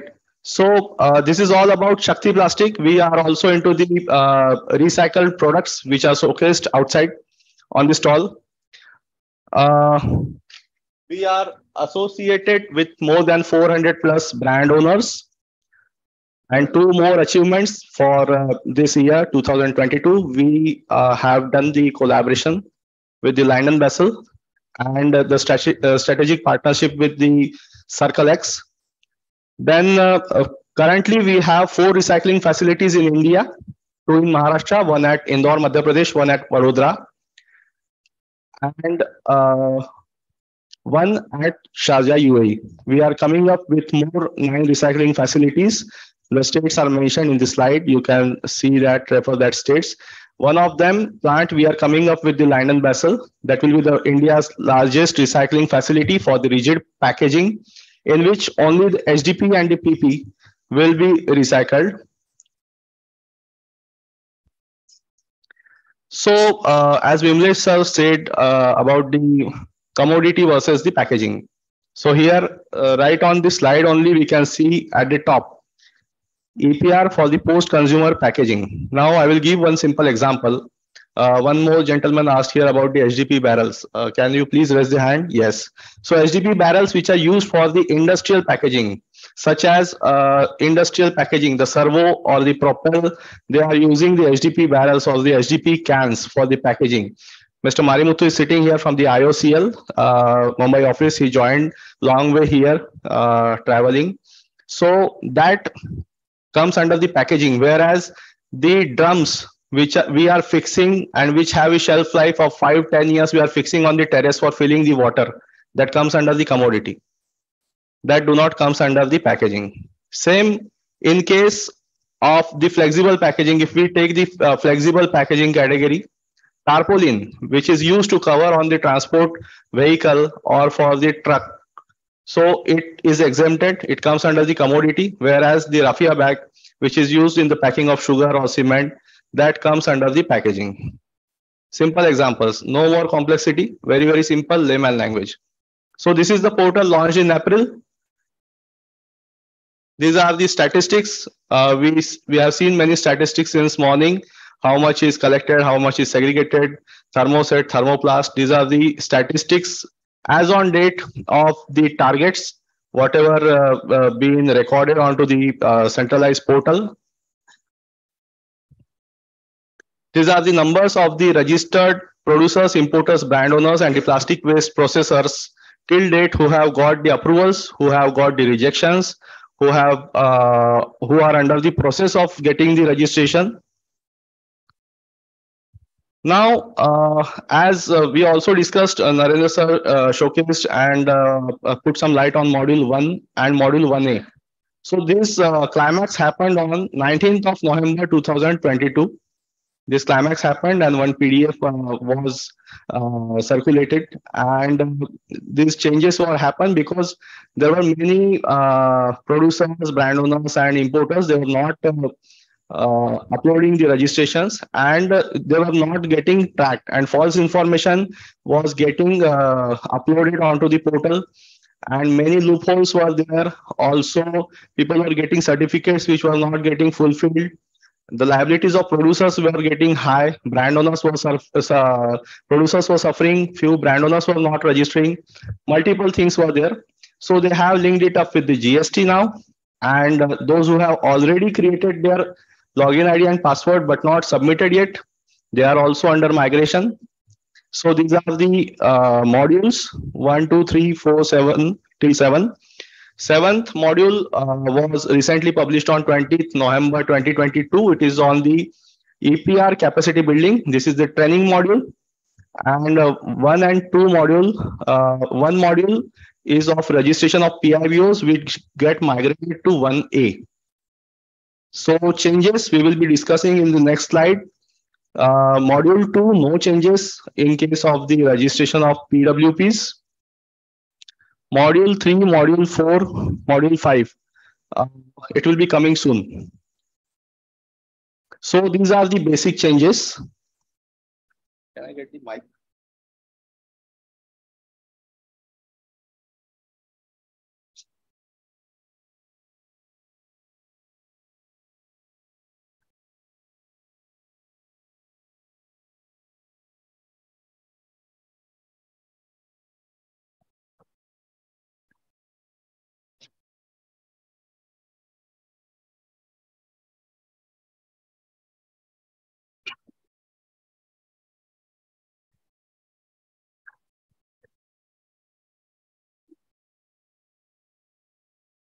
So when we talk about the comparison of module 1 and 1A, part A is all about the KYC, know your customers. So you all are the customers of the Pollution Control Board, where you have to upload all your documents with respect to GST, PAN, CIN and everything. All remains the same, no change in that. Only the change that earlier you are not able to change the mobile number and mail ID of the person, the user ID of the particular person. In case if the person left the organization, shifted to another organization, or the user changed. So now they have given this option to you. Then you have to mention the specific thickness of the plastic packaging. Whatever you are manufacturing, the minimum thickness of plastic packaging that you have to mention into this. In part B, one major change happened. In this, you have to only mention the application number of your consent to operate, air water consent, and auto fetching will happen of the validity of expiry date. Whatever is the expiry date of the consent, that will be auto fetched considering your application number. Then in part C, pre-consumer and post-consumer, you have to mention what percent of recycled plastic you have used. Then real-time information in part C again. Earlier it was like you have to upload only the quantities, address, mobile number, and the supplier details or the brand owner details. Now you have to upload the all invoice copies, PDFs.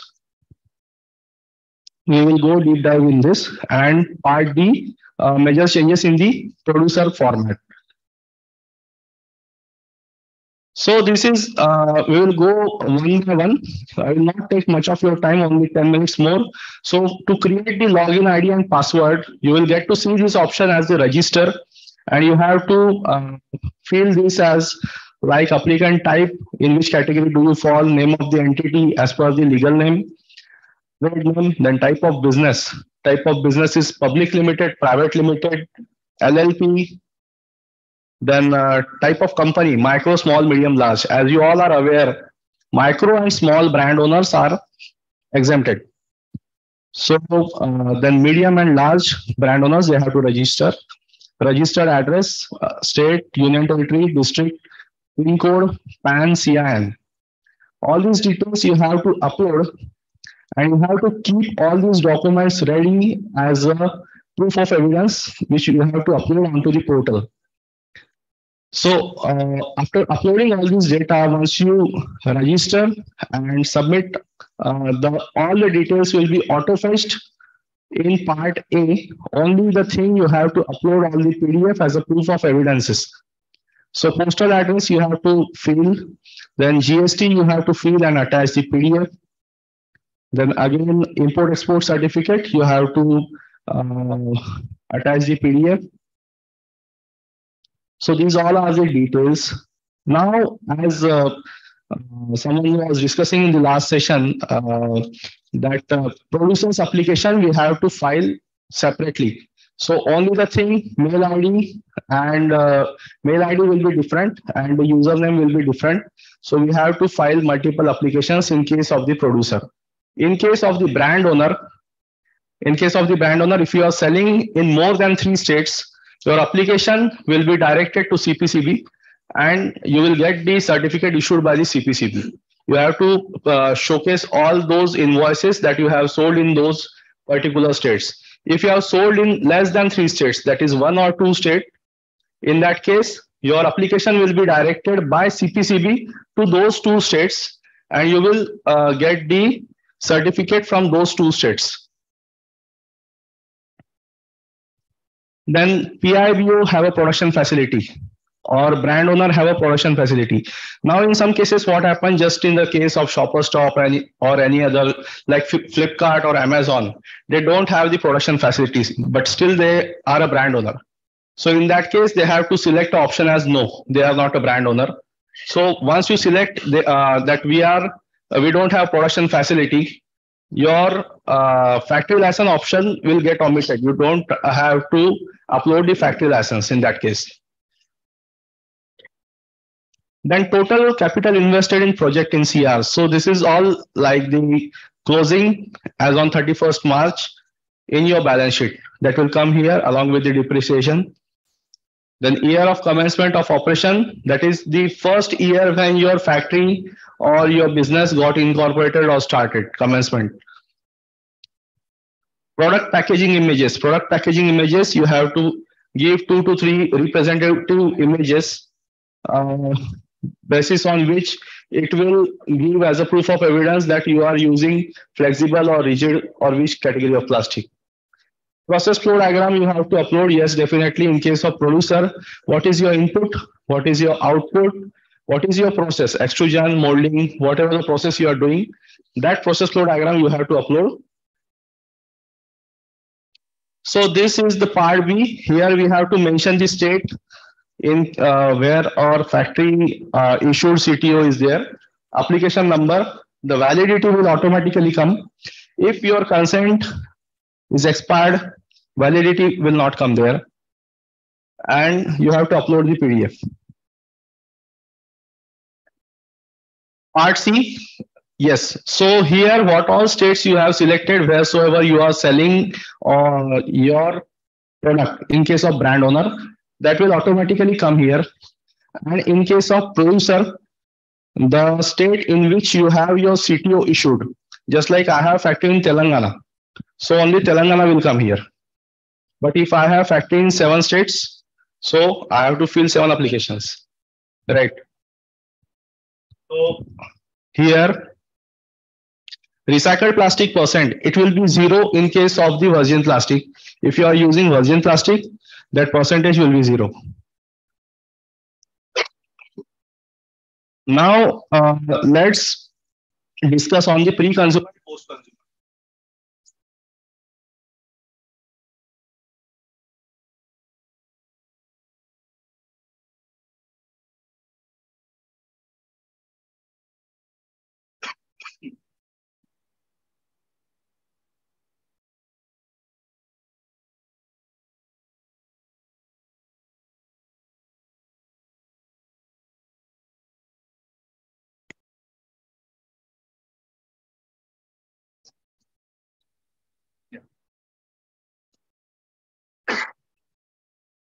So the pre-consumer is the one, just like if you have packed 1,000 bottles in your production line and one got leakage.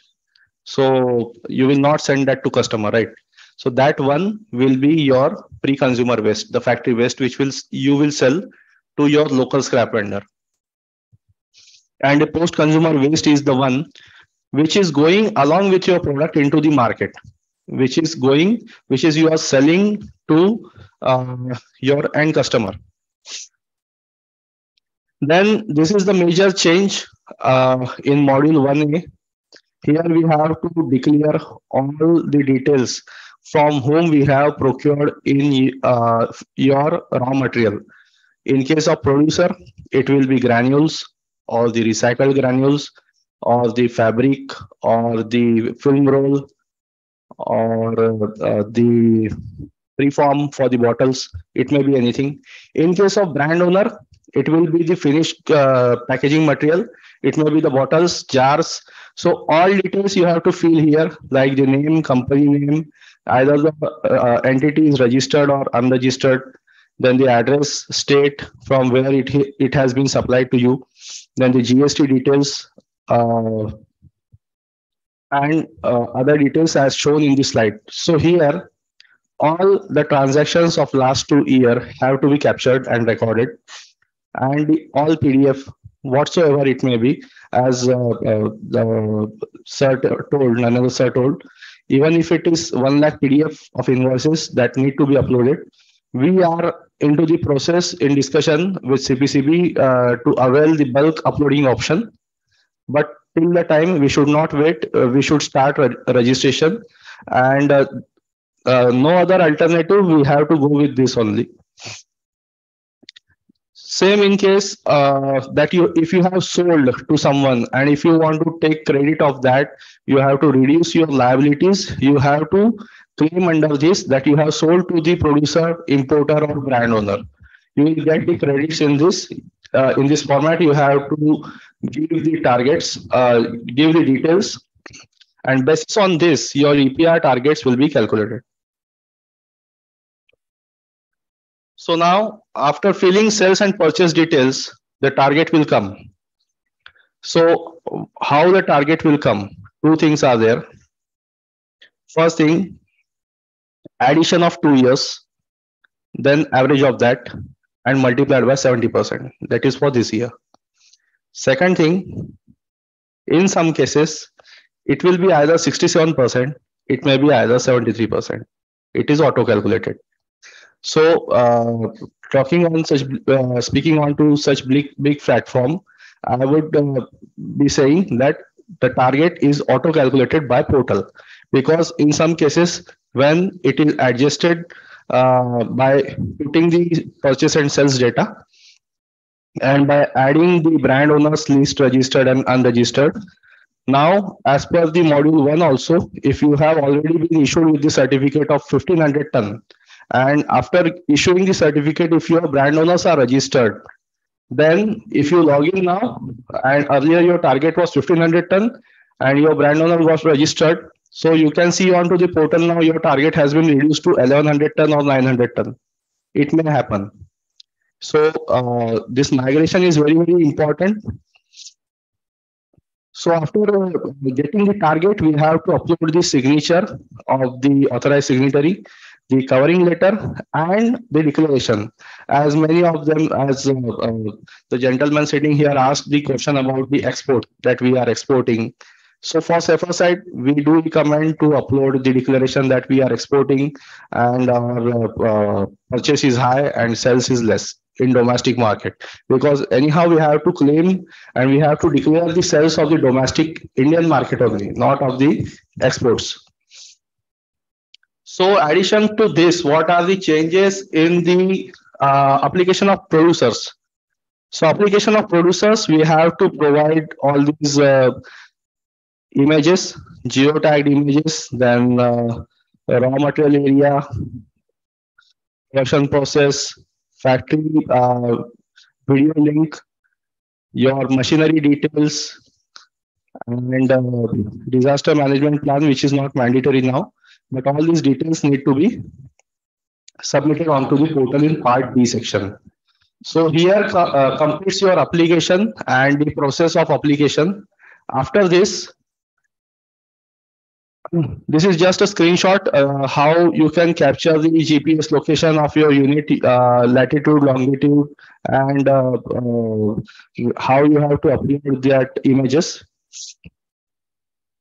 After submission, what are the fee slabs? These are the government fee slabs on the left-hand side for the submission. Many of the people think that if we submit the application, it is done, but no. Without paying the government portal fees, your organization name will not reflect onto the portal. Once you pay the government portal fees on the CPCB portal, your organization name, any of them, PIBO and PWPs also, it will reflect within 5 to 7 seconds onto the portal. So this is for the first submission, left-hand side. Second side, on right-hand side, if your application got not approved, it got rejected. And if you reapply within 7 days, it will be free. You will receive a mail that your application has been rejected due to this reason. And if you rectify those things within 7 days, it will be free. And they have given some slabs to resubmit. If you do it in 8 to 12 days or later on, that much percent of fees will be applicable to reapply and resubmit the application. So that's it from my side. I think we will take the questions later on. Thank you.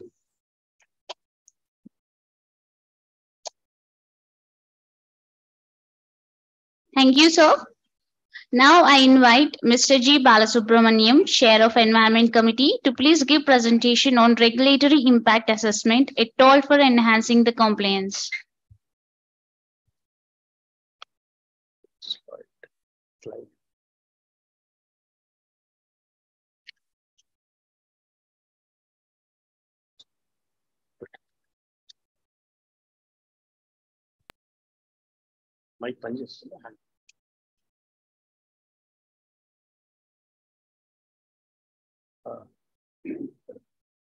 Yeah, good afternoon, friends. Very good, very useful presentation by Mr. Adray, especially for the PABOs, it's very useful. Honestly, this is absolutely a different topic. The first three presentations with reference to the plastic waste management and rules and regulation compliance. Just I sandwiched myself with a different tool actually. This is applicable for all the rules and regulations. So just I thought of creating this platform to sensitize not only the plastic waste management. And after my brief talk of 10 minutes, again the good industry practices. So I'm getting sandwiched myself between the regulations and the good practices wantedly. Friends, this is absolutely a different tool. Think in a different angle, not for the plastic waste management alone. How some of the countries have started to enhance the compliance, a new tool has been developed, I would like to say. Okay, the quick will go through.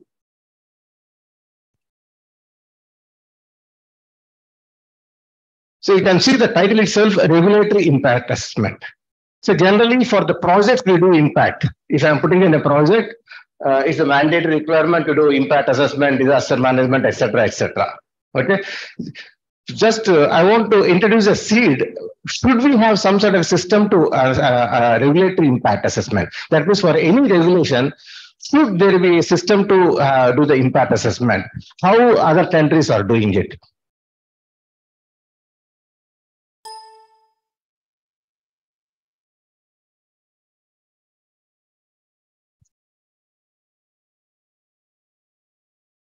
Yeah, quickly, one important slide I would like to say, whenever there is a regulation, there will be three categories or three thought process. One is crisis-oriented management, cost-oriented management, and the third is enlightened management.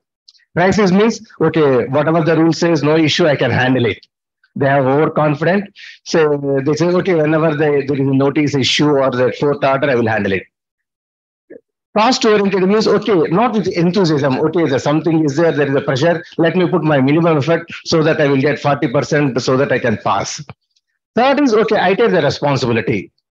As a corporate citizen, I would like to take the responsibility. First, I would like to, we all need to analyze ourselves. In which category I fall? I means the organization. So how do you like to shift it?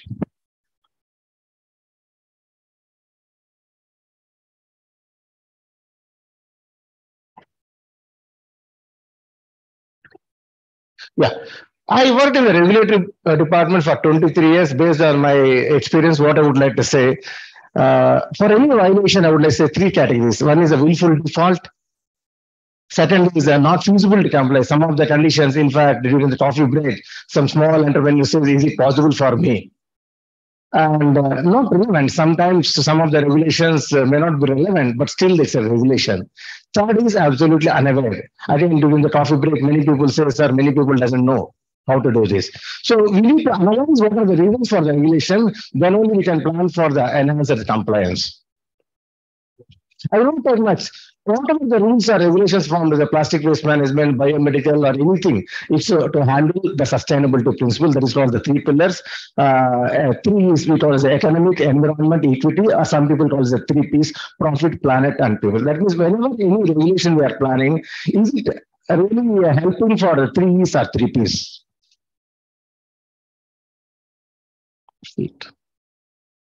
Yeah. I want to really throw some different thought process seed. May not be solution right now, but we need to think of it.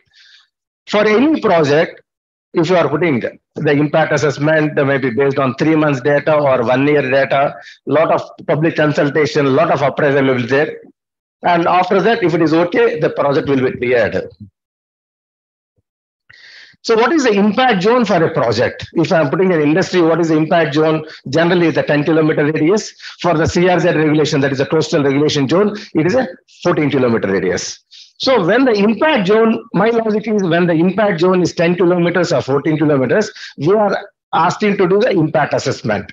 Impact assessment covering the baseline data, what are the benefits, what are the adverse effects, how I plan for it, what is the budget for me to mitigate, and how to monitor and report also. Am I correct? Okay.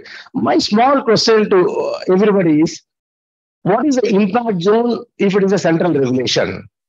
The impact zone is a complete country. If it is a state government regulation, the impact zone is an entire state. So I want to extend the analysis for 10 kilometers, 14 kilometers, whatever the impact assessment is there. Should we have some sort of a tool like doing the impact assessment for the regulation? When the impact zone is limited to 10-15 kilometers, it is mandated to carry impact study. When the impact zone is extended to the complete state or country or state, do we need to have an impact assessment? If yes, the process is called a regulatory impact assessment.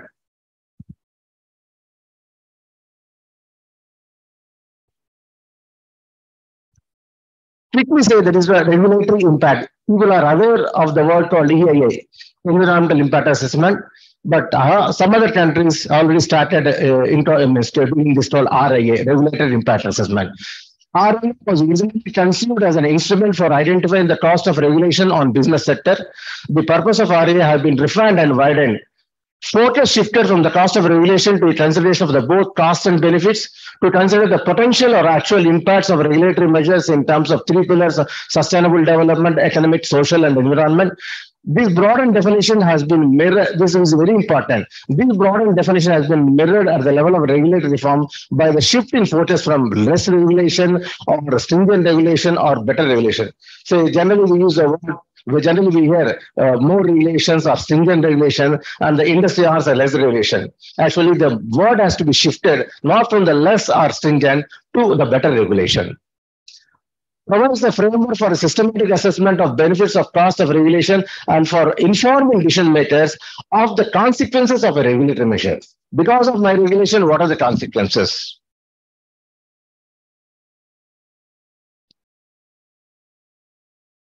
Yeah, explain the objectivities of the regulatory proposal. Unfortunately, some of the regulations, we don't see the objective statement also.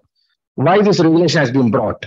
And the risk to be addressed. Because of this regulation, what are the risks covered?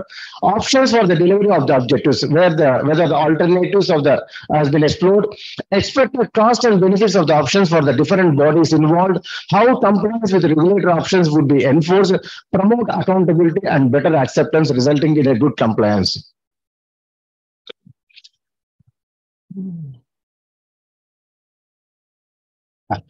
This is called OECD, that is the Organization for Economic and Cooperation of Development. A few countries are there, including India. They have developed a very simple checklist. Is a problem correctly defined? So when there should be regulation to address some sort of improvement or to address a challenge. So before issuing the regulation, whether the problem has been defined, is the government action justified? Is the regulation is the best form for government action? Is there a legal basis for regulation? What is the appropriate level of government for this action? Do the benefits of regulation justify the cost? Is the distribution effects across the society transparent? Is the regulation clear, consistent, and comprehensible and accessible to users? Have all the interested parties have the opportunity to present their views? How will compliance be achieved? That means before I issue a regulation, some of the countries, absolutely these 10 points, they should put in the public domain. Similarly, the UK, they call it a National Audit Office. So they have, in a little different way, they have worked out. It's a mandatory for them. Any regulation, this information is to be uploaded in the public domain. Yeah.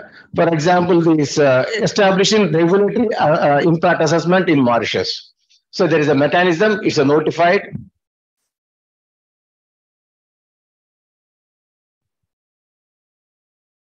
similarly in Malaysia, similarly in Australia. Just to help you to understand what is the challenges if you don't do these type of detailed impact assessment before issue notification. Wantedly, I have not touched up in the plastic waste management. So central government, Central Groundwater Authority recently, sometime back, issued a notification mandating if anyone is having a borewell more than 10 cubic meter per day, they need to take a permission. Can you imagine? In Delhi itself, how many thousands or how many lakhs of the people will attract the provision, or even Hyderabad also, 10 cubic meters is a very small thing. So what is the rationale for 10 cubic meter per day? On what basis the 10 cubic meter has been arrived? And by generating so much data, what is the thing we are going to achieve it? So these things has not done. For example, what is the scientific approach adopted before arriving the criteria for 10 KLD? How many entities attract this provision for compliance? What is the preparedness by the implement agency? What is the cost of the compliance by small industry? What is the regulatory cost for enforcement? So even to enforce, there is a mechanism should be there. What are the expected benefits? So by imposing so much regulation, what is the expected benefit from the sustainability principle? Is it justified? So these points are missing actually. So what my submission is, as a philosophy, they will be very good at macro level. But micro level, probably we all need to do work out little more. I think we all need to do a lot of inputs to the government also, so that at micro level also the inconvenience or the gaps can be eliminated.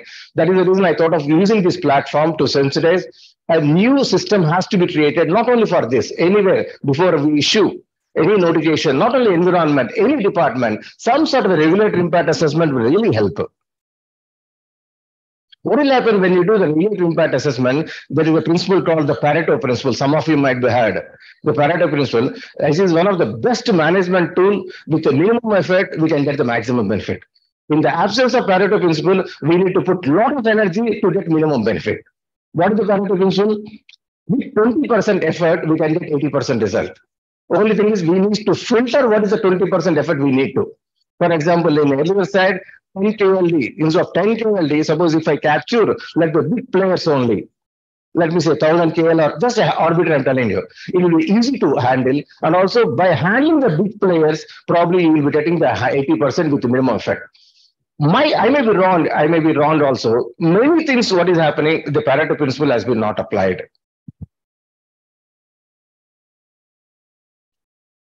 Yeah, my favorite slide. What type of regulation do you recommend? Very stringent regulations, need-based regulations with defined objective, or good regulations. Good regulation, what do you mean by good regulation? Which are effective, which are efficient, which are effective and efficient. Sometimes somebody was asking, so a lot of regulations are there, but not able to implement it because it's not a good regulation. So having a regulation on paper is one thing, having its implementation effectively and efficiently, both are important. Yeah, just I would like to say there is a paradigm shift from less or stringent regulation to better regulation. I think, in my opinion, we should not discuss the less regulation, the word, or stringent regulation. Probably we need to go with, we'll do a lot of homework to say what is a better regulation, what is a customized regulation. Right? I thought of taking this platform to share my thoughts. Thank you.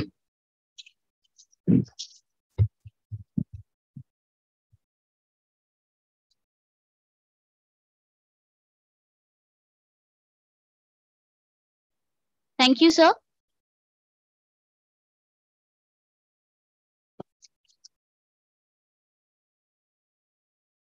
Thank you, sir. Now we are moving on to the third session, that industry good practices. We have three speakers over here, Dr. K. Srinivas and Mr. Mansangit and Ms. Divya Shetty, who will be sharing their experience. First, I would like to invite Dr. K. Srinivas, Vice President, Technical Research, Resustainability Limited, to please share your experience, sir.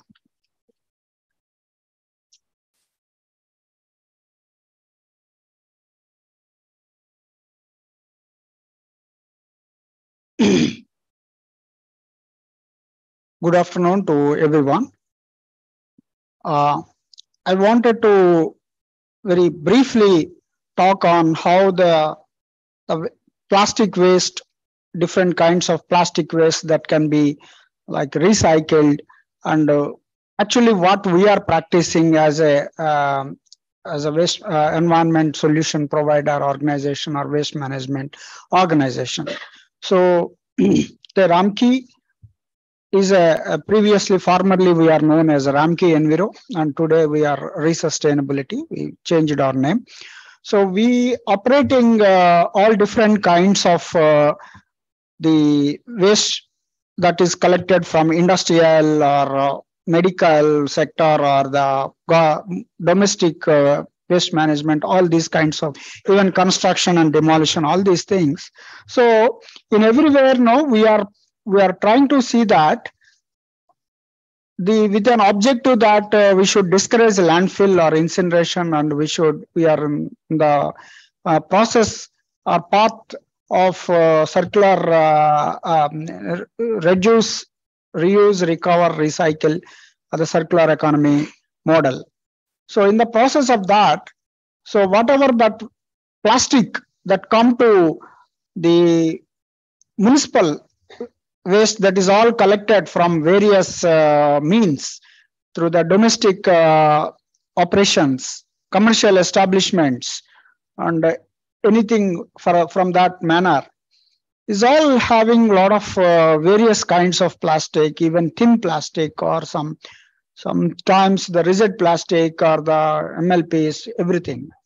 So we have a different system to collect them.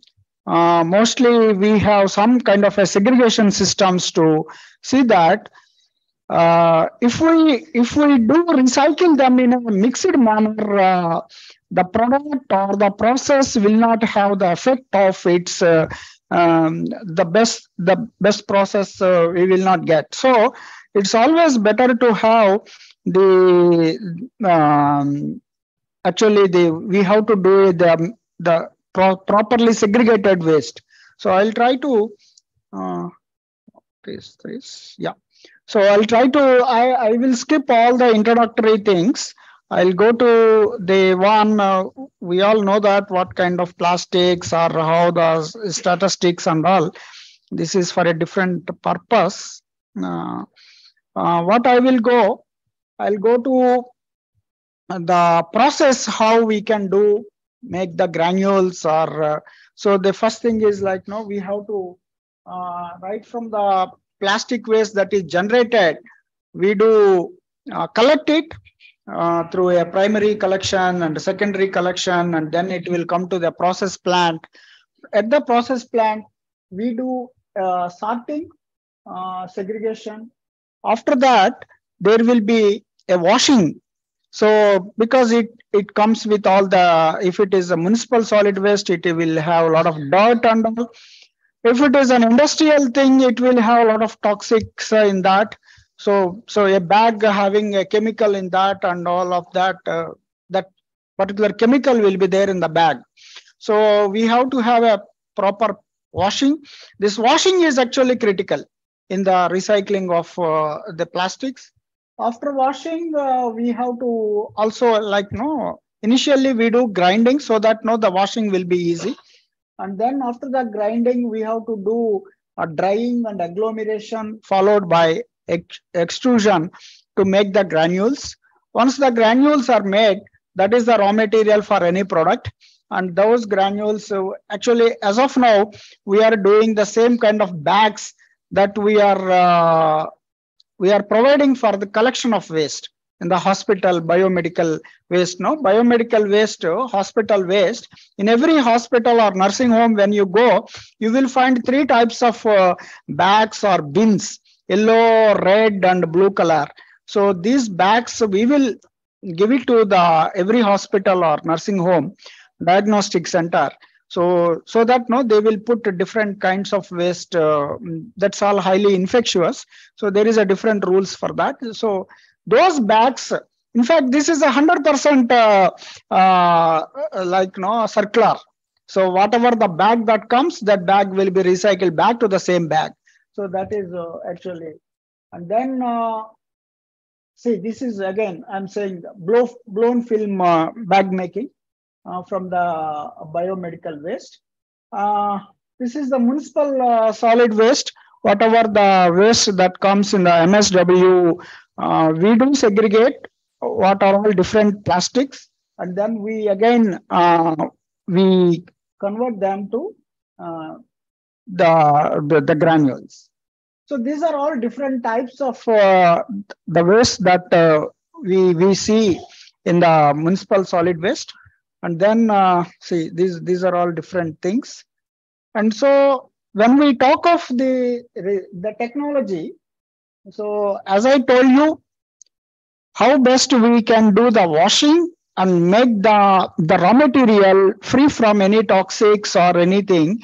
And also, if we go with a mixed one, the whatever the granule that come will have a lot of problems. We have a tie-up with the Central Central Institute of Plastic Engineering and Research. So on a daily basis, we have a MOU with them, and we jointly work with them to get what are the best solutions. Like Shakti Plastics also kept some of the tiles made out of plastic. Same thing, we tried. Actually, my plan is that see, what is the issue here? Not the municipal waste is not a big problem, but the hospital waste, when it comes, the syringes, catheters, needles, the tubes, the IV bottles and all, they're all different things, and we have to sterilize them before we do anything. Once we do sterilize, it's all become like a lump, and it cannot be. We can do segregation partly. If we take out the polyolefin part, we can get a best tiles, something like that, power blocks and all with very high the strength and all.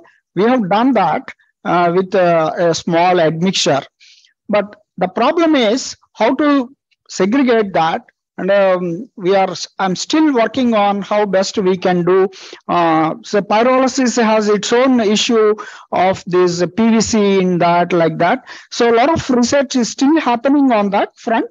But otherwise, we have a lot of success with the segregated plastic, different types of plastics, different granules to the best quality we are able to produce. We have wherever like Hyderabad, we started with a small plant, and in Vizag, a very big plant. I'll show some pictures of this is a washing line, and these are all like whatever after washing we have to do some dry, as I said, and then this is the blown film process where we can make the bag that comes out of this.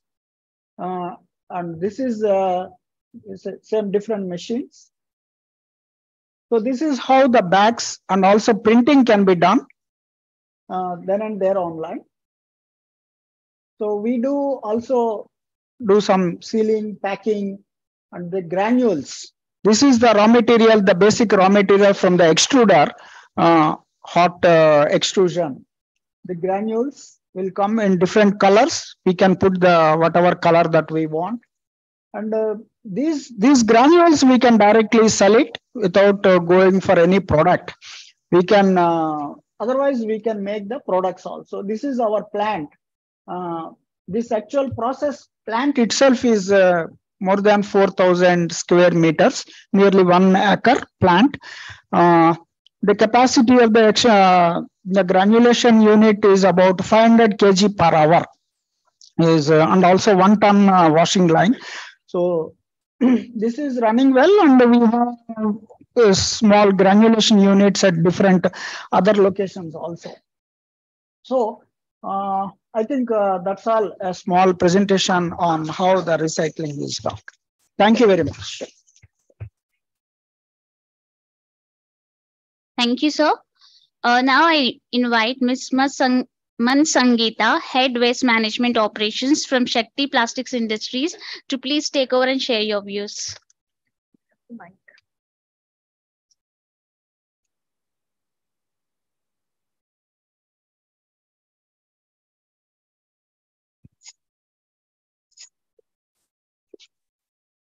Okay. Hi, very good afternoon to all present here. So my colleague Abhinay has already given an overview what Shakti is, what we do, what services we provide. So I'm not here to talk about EPR, but the products that are made from the recycled plastic. So besides providing pan-India EPR services, we are also into recycling of plastic and making products out of it. So I have a very small presentation. So I will be talking about the MLP products we are making, that is from the multi-layered plastic. So this I will skip because you already are aware of Shakti. So besides having pan-India services for EPR, we also have collection centers pan-India. And if you can see, besides having environmental and social impact, we also have the governance impact. We are providing employment services to informal workers that are kabaris, walis, safari sathis, and all. Moving forward, we believe in the approach of closing the loop. So, you all must be aware of circular economy. So, we have a plan to shift from the linear economy to the circular economy, where we don't believe in extracting the material, using it, discarding it, but rather using it and recycling it in a better form. So this is a little case about like Bangalore. So with the population of more than 5 lakh, 13.2 million population, we are producing daily around 5,000 metric ton waste, which is causing around 50,000 metric ton of pollution. The process which we have is like contains collection, segregation, and recycling. So the major thing is like how we are collecting the material, how we are transporting it to the facility, and how we are recycling it. So segregation also plays a major role. So we should be knowing the plastic grades we are about to segregate and recycle. Talking about the gaps in the recycling chain and its prevention. So these like actions we are taking to address that waste leakages. We have created awareness and the waste management. So we are also doing IEC activities. So once we were doing it at Raja Mundri, with the municipal corporation over there, people came to us telling us like the people who the waste and they are dumping it. So what can be done? So we took all the materials collectively recycling facility in Palghar, Maharashtra. Over there, we recycled and recreated tiles. So that is similar tiles that you have seen outside. So those tiles were later installed in the small schools that is known as pakshalas also. Moving up on the granules, so sir has very well explained about the granules, how the granules are produced, how we are making it, and from the granules, how we are making the recycled products again. Talking about the circular economy, as I said before, besides creating opportunities, it also helps in reducing the carbon emission with the aim of zero waste. So this is a view of our Maharashtra Palghar factory. We have 4 manufacturing plants. So two are in Maharashtra, one is in Indore and one is in Gujarat. So Indore and Palghar is the largest one with the capacity of 1 lakh metric, 1 lakh metric ton. So we are also tied up with 105 municipalities that helps in the collections of the plastic waste. So this is a setup we have. This is a machinery for making granules. Talking about the tiles, this is the tiles we have been creating. So these are the other variations of the same. So we have these are the parameters we have compared like our tiles with the concrete tiles. And if you can see, the durability is high as compared to the concrete tiles that are already available in the market. So this is the tile we have created from the MLT, and this is in the office only. This we have done from one of the societies. This is a view from the factory. So these are the other plastics we are plastic products we are creating besides tiles. We are also creating benches, pallets, dustbin, mobile stands, and also besides plastic waste, we are now into paper recycling products also. So these products we have made sustainable products because besides recycling, they are also helping us in carbon neutrality. So that's it. Thank you.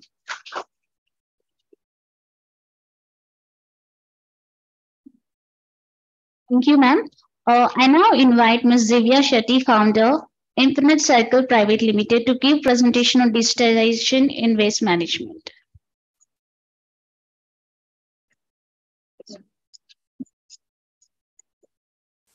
Hello. Hello, everyone. Good afternoon. I'm sure it's lunchtime and you're all very hungry. I'll just keep it very short and I'll explain about what we are actually doing in terms of tech in the waste management. How many of you believe that technology can actually solve the waste management concerns that we are facing today? How many? Okay, I see only 5 people. No one else believes in technology. Okay, great. In terms of making, see, ultimately waste management is a completely unorganized sector, right? And bringing tech into the space is a challenging factor. But what we are looking at doing is to solve this particular problem with the Web3 angle, and I'll talk about what we are bringing to the table.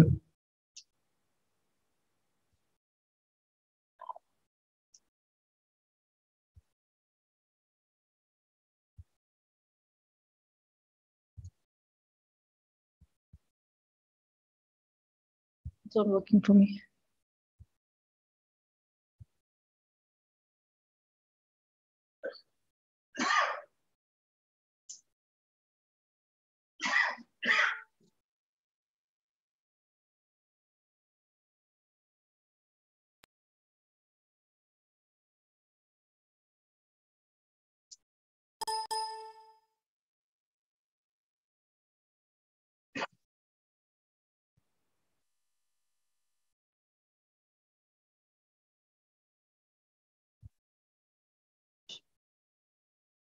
Choking, yeah. Thank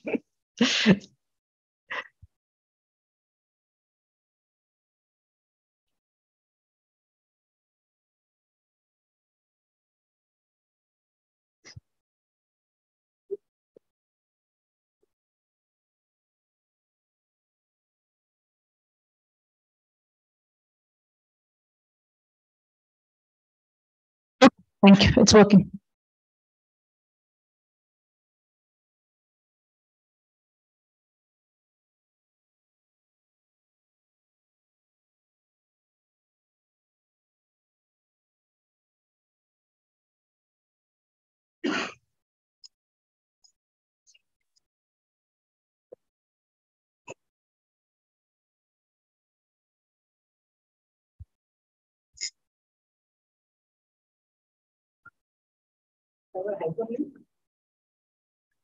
No, I guess he's trying to play the video.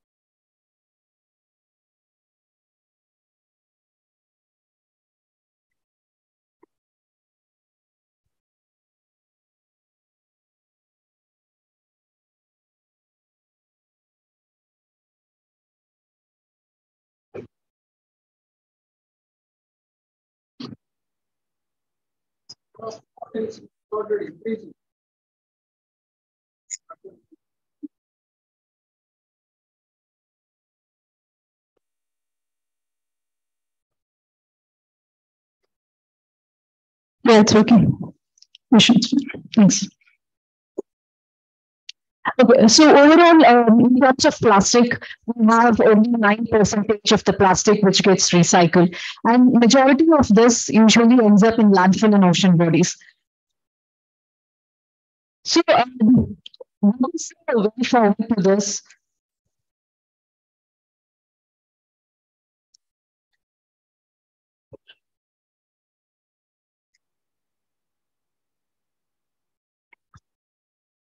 Vishnu, will you be able to put the slide while I speak? If that's possible. Can I give my laptop?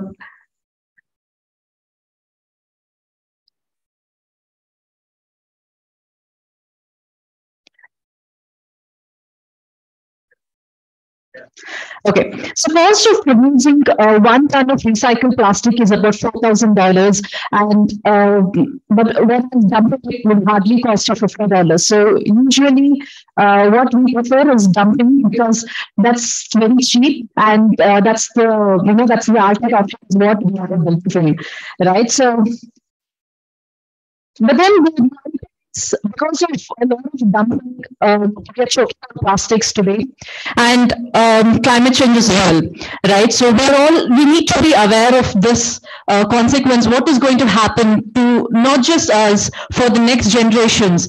Ultimately, we have to look at how we could do proper source segregation, recycling of these materials, and also keeping the material in the loop long enough so that we truly follow circular economy. Next. So what credibility do we hold to talk about this topic in terms of tech? We are the only Asian to be represented at COP27, giving our solution to the world in terms of tech and platform to manage the waste. So solve this, right? And who are the people who are in the ecosystem? So there is waste generator brands on one side, waste collectors on the other side. It could be MRFs, aggregators, the waste processors in terms of recyclers, and then you have consumers on the other end. So in this complete ecosystem, if you see, it's the brands who need to pay for the EPR. Right, only the brands are pushed here to pay for EPR, and that's the norm which we have today. Next. So the complete ecosystem here is broken. So what we are looking at doing is to make sure that we aggregate everyone onto a single platform where every stakeholder in this ecosystem are connected. And what we look at, today's challenge is that there is a lot of double billing. There is no transparency in terms of the waste which is taken from the source to the destination. If you might have come across these challenges. There are a lot of legacy waste which is taken and claimed as EPR. So because of this, a lot of brands pay, a lot of money to assurance companies like EY, KPMG, and asking them to compile, to do the auditing part and say that if they're actually compliant enough to proceed further with that particular service provider. But with technology, we can solve this particular problem. So what we have introduced is the world's first Web3-based sustainability-oriented platform, and this will help you track and trace the waste that is channelized through this ecosystem. So not just recycling, right? So using of this recycled material is also a clause which is coming to the EPR. So, but how do you do it? And how do you actually track and trace saying that yes, you have actually used this recycled material in your packaging?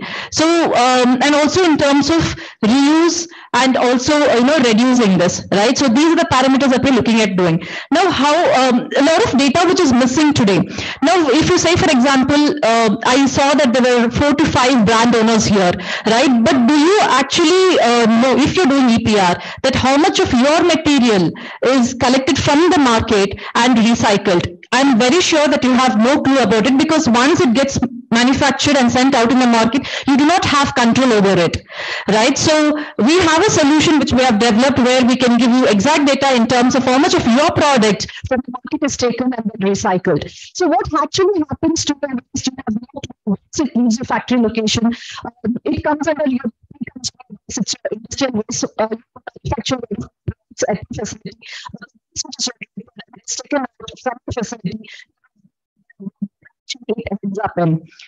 So, again, using recycled content in your packaging, you have no idea if it is actually a recycled material or is it a virgin material, like how China did, right? They said that they are actually selling the recycled material, but they actually give you a virgin resin. So these challenges will be there in the ecosystem, and tech can solve this problem. So we have multiple stakeholders in this ecosystem. We have brands on one side, you have aggregator on the other side. On the other side, we have recyclers. So in the EPR sector, we have consumers, kabriwalas, who should collect a lot of recyclables. So from there, it has to be passed on to a recycler. So what we have looked at doing is to make sure that Circlex interferes in this way, and we have built a platform where each and every stakeholders are onto our platform, and every transaction that happens on a platform is tokenized. So say for example, there is a material which is moving from a brand's facility to a trader. A close by trader is coming and picking up this waste, right? So we track and trace from the point, as soon as it leaves the facility till it reaches the trader center, the complete traceability is given. And not just that, and trader or an aggregator would then aggregate these materials and then send it to a recycling center, right? So we have our tech enabled in such a way that we showcase the complete traceability throughout this journey. And how we do it, I'll showcase in the next slides here. So we introduced something called as distributed stakeholder responsibility, where everyone in the ecosystem are equally responsible to take care of the waste. It is not just the brands who are producing the waste. So how we do it is that we incentivize each and every ecosystem so that everyone follows the right practices. So we said again, waste collector, the aggregator, the waste processors, recyclers. So now recycling can benefit from collecting waste materials and making sure that it gets recycled. So for a recycler, once it gets collected to pellets, it should be sold to the market, and that is how recycling performs, right? But if we convert that recycle material into value-added products, there is higher value that a recycler can generate, and that way recycler would be able to benefit. For example, Shakti Plastics converts these materials into a lot of upcycled products. So, and once you sell this material out in the market, you get higher value out of that. Consumer on the other side, as it is the waste disposal, incentives the consumers.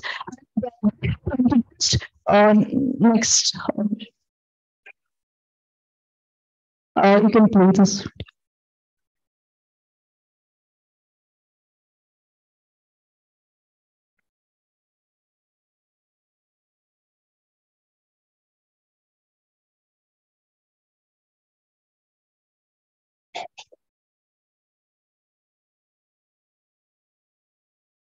Okay, so let me talk about what we do in the space of our Metabin. Metabin is an NFT. How many of you know NFTs? Okay, so 1%. So you have to so NFT is a fungible token. It's a digital asset. What we have done is to make sure that our NFT is the Metabin. So Metabin is a smart bin. So now say for example, any brand, and there are like multiple brands out there, and they have their own set of products which they launch out in the market. So for a brand to understand how many of their product is actually getting collected from a bin, they need to utilize our Metabins, and through our Metabin system, brand gets a complete data in terms of what actually how much of the product is getting collected from the market. Apart from that, customer, if you customer actually disposal of brands,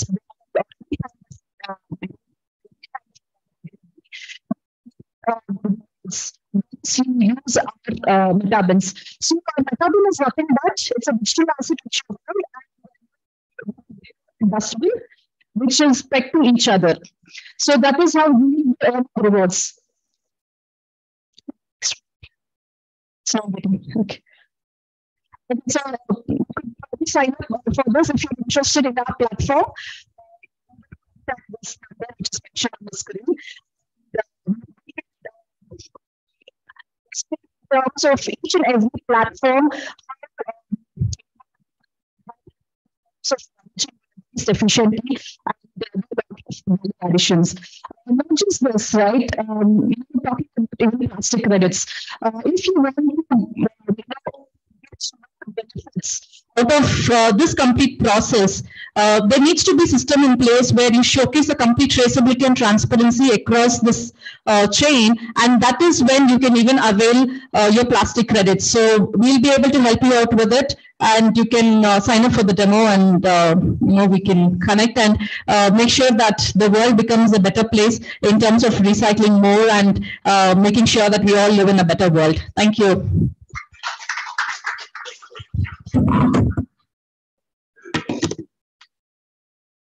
Thank you, ma'am.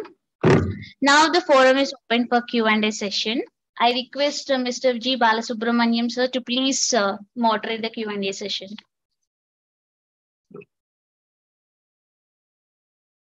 I would like to thank once again all the speakers for making a wonderful presentation. I think already 40 minutes delayed. Anyone has written your questions on a piece of paper, or you want to raise a hand and ask? Or feeling hungry? Yeah. And Mr. Narendra is not there, so whoever can answer, you can write. Yeah, sure.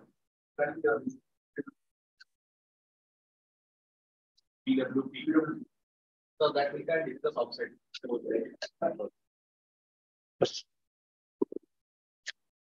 The other issue regarding EPR is the target of 25. What is that? The brand number. I understand. Yes, yes, and that. But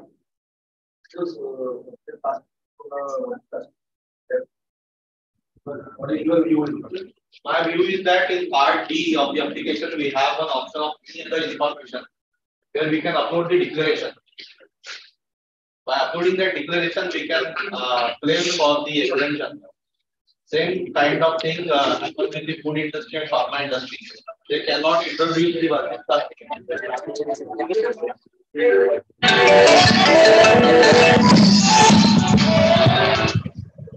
Yes, sir. Sorry. Yeah. Then point number 2. So the compliance part. When coming to compliance part of category wise, so we are using a category 2 plastic. We are bound to comply with the category 2 plastic. Do the government body or your body have any particular data on category wise generation across India? Category wise? This generation.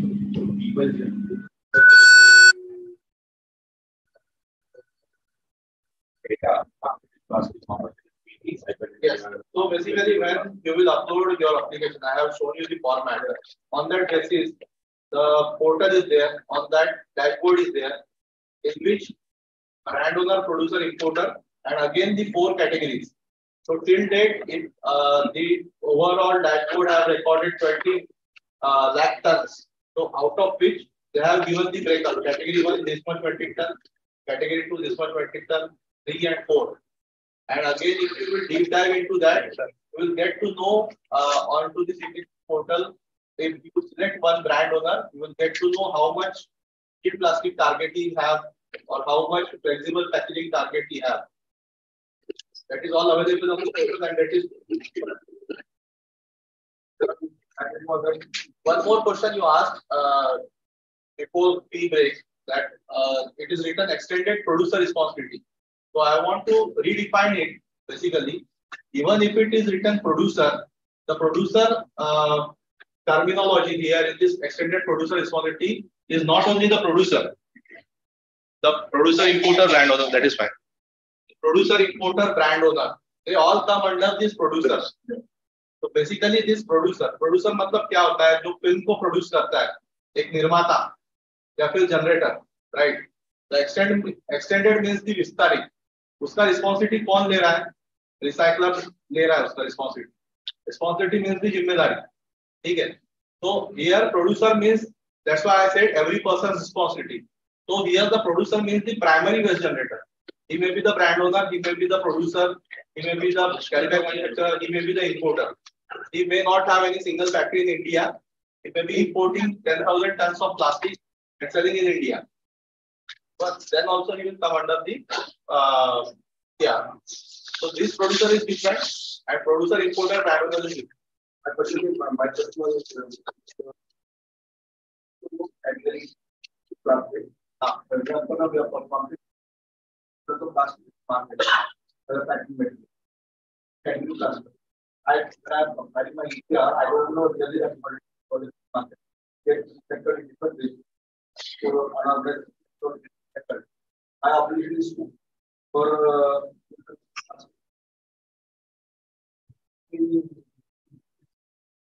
that is PWP Spencer, not your.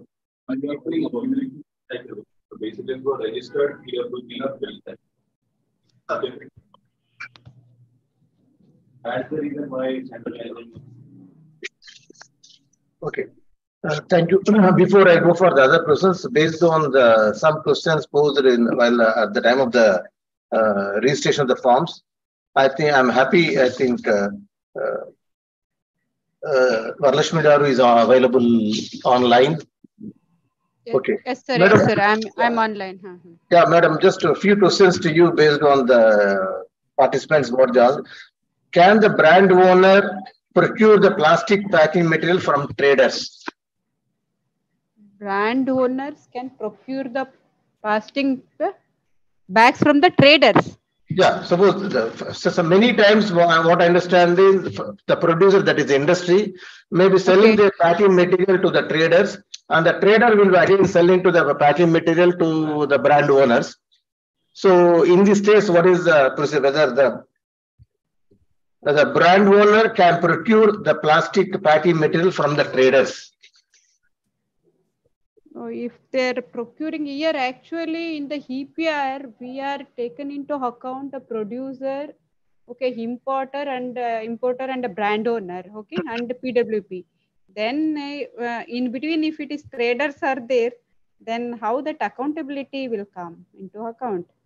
So they have to take care that even if they procure the brand owner, even if he procuring from the traders, then while taking a EPR registration, so he has to put that this much amount, this much quantity is taking, and this much quantity is introducing to the system.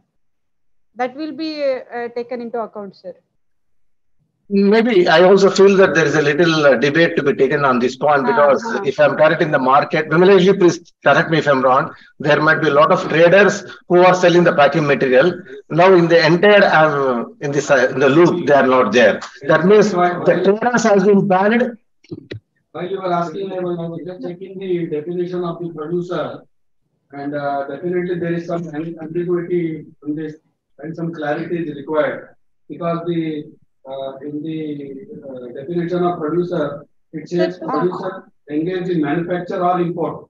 So it doesn't mean it doesn't mention about anyone just dealing in this kind of things.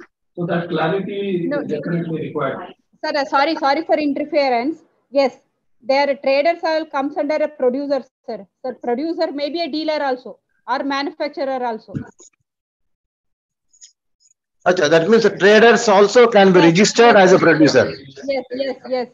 Is it correct? Yes, sir. It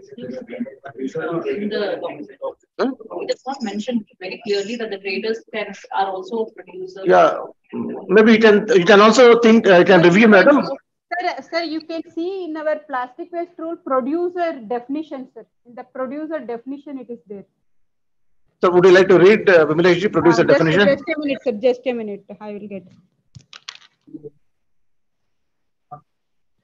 Okay. So basically,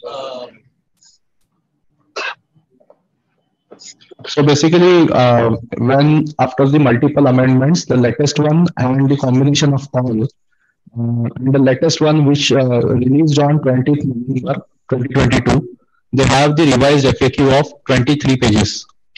Yeah. So in that also they have written the traders are exempted. They need not to do EPR registration if we are doing the cash business, because they are not doing the GST invoicing and all. Second thing, the third party locations. If someone is there, pharmaceutical industry or the nub industry or edible oil refinery, they are making their brand getting manufactured from multiple third party locations. So that third party locations are also not required to register on the EPR portal. And when we receive some EPR certificate, in that it is strictly written in the terms and conditions below the target column that to whomsoever with you are dealing, that should be the recycled EPR registered recycler to whom you are selling the local scrap vendor. Then to whom you are supplying, that should be also EPR registered. It is clearly mentioned in that. No, second part, there is no issue. But the first part is, suppose I am a brand owner. I am purchasing the packing material from the trader, not from the manufacturer. What is that? Is it taxable? Traders exempted the traders because if producer is supplying to trader, traders are not manufacturing. Directly they are not manufacturing. If producer is supplying to trader and brand owner is procuring from the producer, trader, then liability will come on to both, because producer cannot show the direct billing to the brand owner. Then there will not be direct chain. He will be having the tax invoice that he has sold to the trader, not he had sold to the ABC brand. And brand owner, what he will show, he don't have the, he cannot reduce the liability of that producer. Okay. One more point. Sir, sorry, sir. Sir. Actually, in this Please. our plastic waste, it is not covered, but in the e-waste, it is there, sir. Okay. So there is a, okay, that I will bring it to the notice of our concerned officer. So this to address this trading. Okay, sir. Okay. Because my understanding is many people are purchasing the plastic packing material not from the manufacturing unit directly, from the traders. Okay, okay. That we will address, sir. Okay. One more point, one more question. Probably, madam, you can help to understand. Okay. The EPR target has to be planned for state-wise, or the total quantity if the plan is adequate. Suppose I am manufacturing and my product is going to the pan India. So each state-wise, should I quantify what is the plastic I am going to each state, or the total quantity if I quantify and EPR is adequate?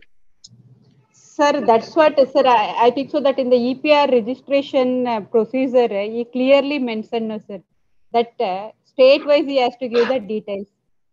Okay. But the EPR obligation is now state neutral, sir. No. It can be done anywhere. No. That State-wise, No, anyway. While filing the application, so then definitely that will be state-wise. Now earlier there was a confusion. Now we have made it clear. Now it is a clear, sir. Now state-wise they have to give a details. Then accordingly that obligation will be calculated. I'll tell you. See, you have to give the data state-wise, right? But during our meeting in the ministry, we mentioned about this point. They were very clear that the obligation can be anywhere. If I'm selling in Tamil Nadu, and if I'm doing the EPR application in Hyderabad, Telangana, it is acceptable. Yes. So basically, it is geographically neutral. Again, the same thing. Clearly mentioned. It is in the document of 20th November 2022, last month only. Question number 30, it is mentioned geographically neutral and brand neutral. The state PCB, they are still insisting to get the EPR done. Yeah, please ask them to contact me. I will talk to them. Please try to share that November 20. Sure, sir. Sure. Yeah. We'll see that it goes to everyone. Yeah.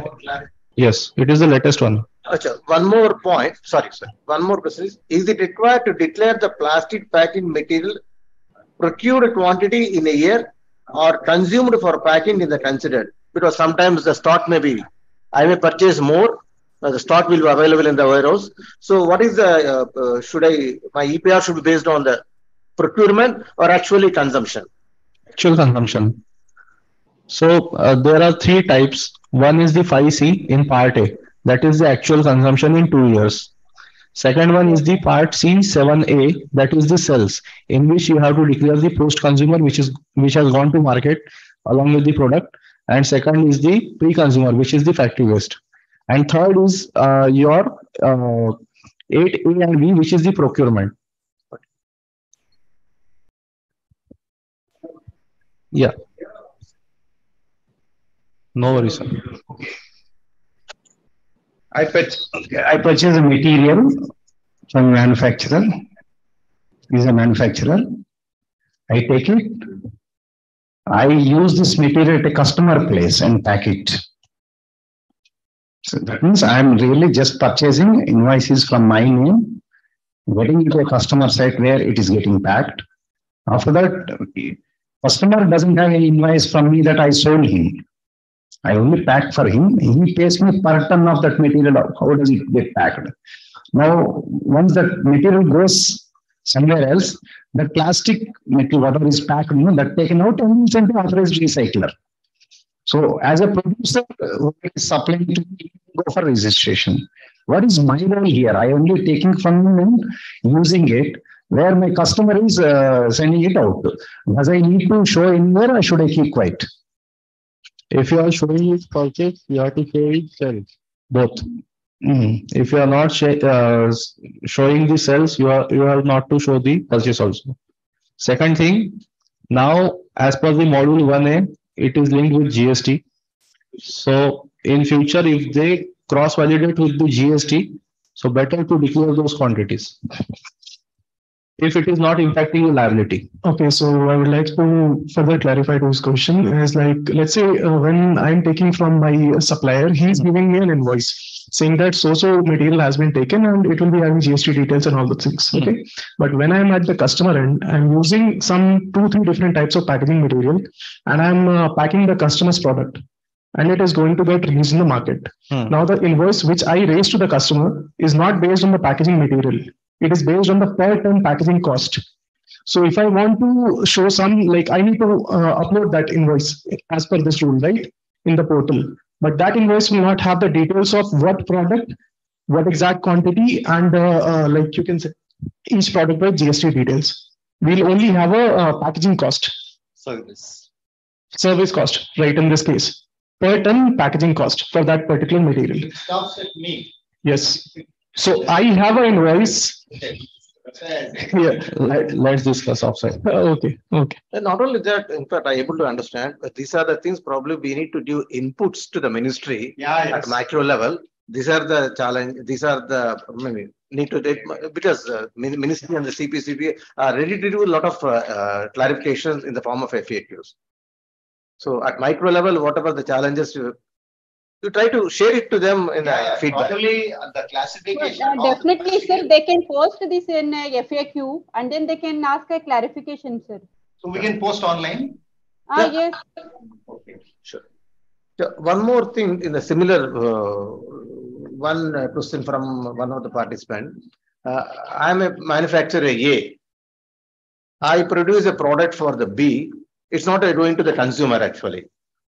So for further processing from the manufacturer A, it is going to the B, manufacturer B. But the manufacturer A, while sending to the B, is doing little bit of packing, plastic packing, the drums, etc. So is it comes under EPR or not? Because it's not going to the consumer. The manufacturer B, again, he will detoxify the drums, etc. and he will dispose it as per the rules and regulations. So this quantity of the packing material is not directly going to the consumer. Whether this attracts the EPR or not. Sir, that finally where it will end, sir? Finally, where will it end? Finally, where it will end? You are introducing to the system only. That system means what? No, it is not a finished product. It is a raw material for manufacturer B. That's what, sir. For all packaging material, all 4 category we clearly given. if that packaging material used for any package, even if it is not directly going to the consumer, but for a secondary, but that is used as a packaging material, then E required, EPR E required. It will go as a pre-consumer waste, and as Abhinavji in his presentation has said, out of the pre-consumer waste, if you are reusing anything, then it will be deducted from the obligation. Okay. It will be like that. Am I right? Yes, right. This entire thing will be pre-consumer. There is no post-consumer. Yeah, last question before we break for lunch. Is job working required to register for EPR? Job work as a brand owner or No, somebody has sent this. Yeah. hi sir. Somebody is doing job work only. Job work as a producer or brand owner? For a brand owner. As a for a brand owner. For a brand. So you are packing something on behalf of We are doing job work on the material is supplied. And we'll supply it back to him. no need of EPR registration. Sorry? No need of EPR registration. Yes, yes. Now, then how this is job work is? What is telling? Someone is some brand owner is there. He is procuring the material. He is supplying to the material, supplying material to him, and again he is returning Then it after will go packing back to to him. the brand owner only. No, it will go back Yeah, to the yeah. brand owner. Brand owner only will take liability of that. Then he has to take a responsibility. Brand owner. Yes, yes. If he is doing the job work to brand owner, then through him only it will come to system through brand owner. So that's what then responsibility lies on brand owner only. Yeah. Yeah. Thank you, ma'am. Back to Ankita. Yeah, thank you, everyone. As a token of appreciation, FTCCI would like to present a green certificate to all the dignitaries on the dais. I request Ms. Khyati Narwani, CEO of FTCCI, to please present the certificate to the dignitaries. To Mr. Abhinay, Senior Manager, EPR Compliances from Shakti Plastic Industries.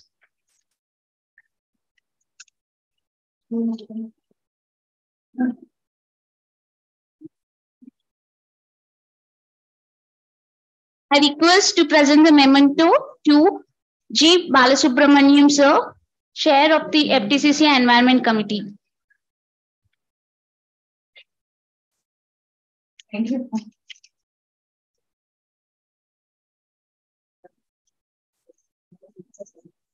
Ma'am, please present the memento to Dr. K. Srinivas, Vice President from Sri Resustainability Limited.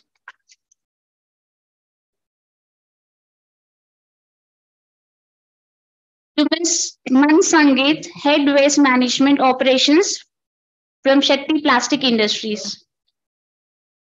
To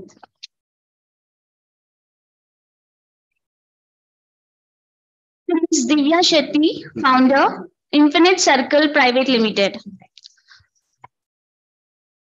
I request Mr. Vasant Kumar, Business Development Head, to please present the Shakti Group's gifts to all the dignitaries on the dais.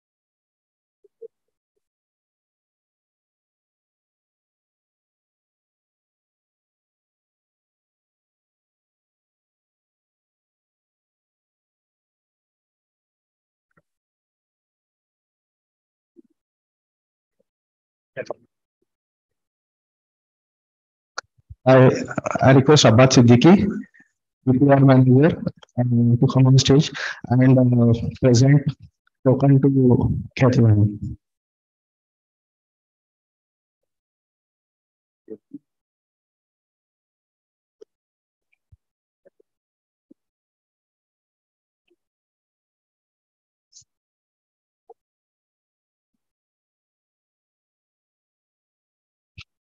I request Vinesh sir to come on the stage to receive the token. I request Vishnu Vardhan, founder, Circle X, to give him a token on behalf of Shakti Plastic. Mr. Vishnu is the only person from Asia. He represented India at Egypt recently regarding sustainability from Circle X.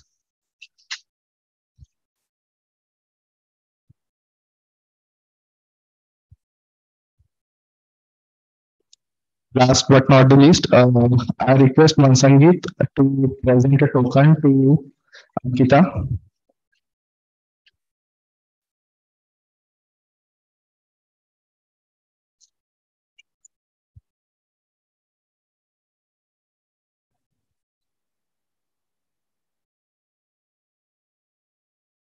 Thank you, sir.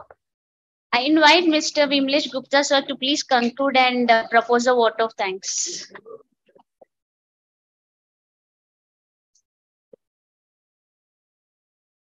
Good afternoon, everyone. I won't take much of your time, just 2 minutes between you and your delicious lunch. A formal thanks. First of all, thanks to the audience for being here on time and having so much patience to listen to all the presentations and the information what we have got. My thanks to Madam Srimati Ms. H.D. Varalakshmi ji, Regional Director, CPCB. She has been patiently with us from the morning and she was kind enough to answer to all the queries even till this time. And thanks to Mr. D. Narendra, Senior Environmental Engineer from TSPCB. See, one thing I'd like to tell you is, see, it was not a kind of a scaring, but the motto here was to help you understand the gravity of the situation, the seriousness you need to get into now for all the producers and the brand owners to register and start your compliance so that the burden does not increase on a later date for you all. So I thank both the officers from the Pollution Control Board for giving the in-depth details of the registration thing. Abhinay from Shakti, he has been coordinating from a long time and his presentation also was very in-depth with regards to the compliance part of the process with regards to the compliance. And Subramanian ji gave a different angle, definitely very inspiring, in fact, with regards to what goes into the impact assessment for making the rules and how to go about it. Then thanks to our Srinivas from Re-Sustainability and Mansangit ji, we get to learn a lot about the upscaling and what is the motto behind the EPR. End of the day, the government also wants the products, good upscaled products to come out from the recycled granules and the waste can be minimized. End of the day, they are looking for a circular economy. And thanks to Diva Shetty ma'am for giving an insight about how technology can help all the process, the mapping and the what do you say, accountability, everything. So thank you, everyone. Now I would like to invite you all for the lunch. Please have your lunch and thank you so much.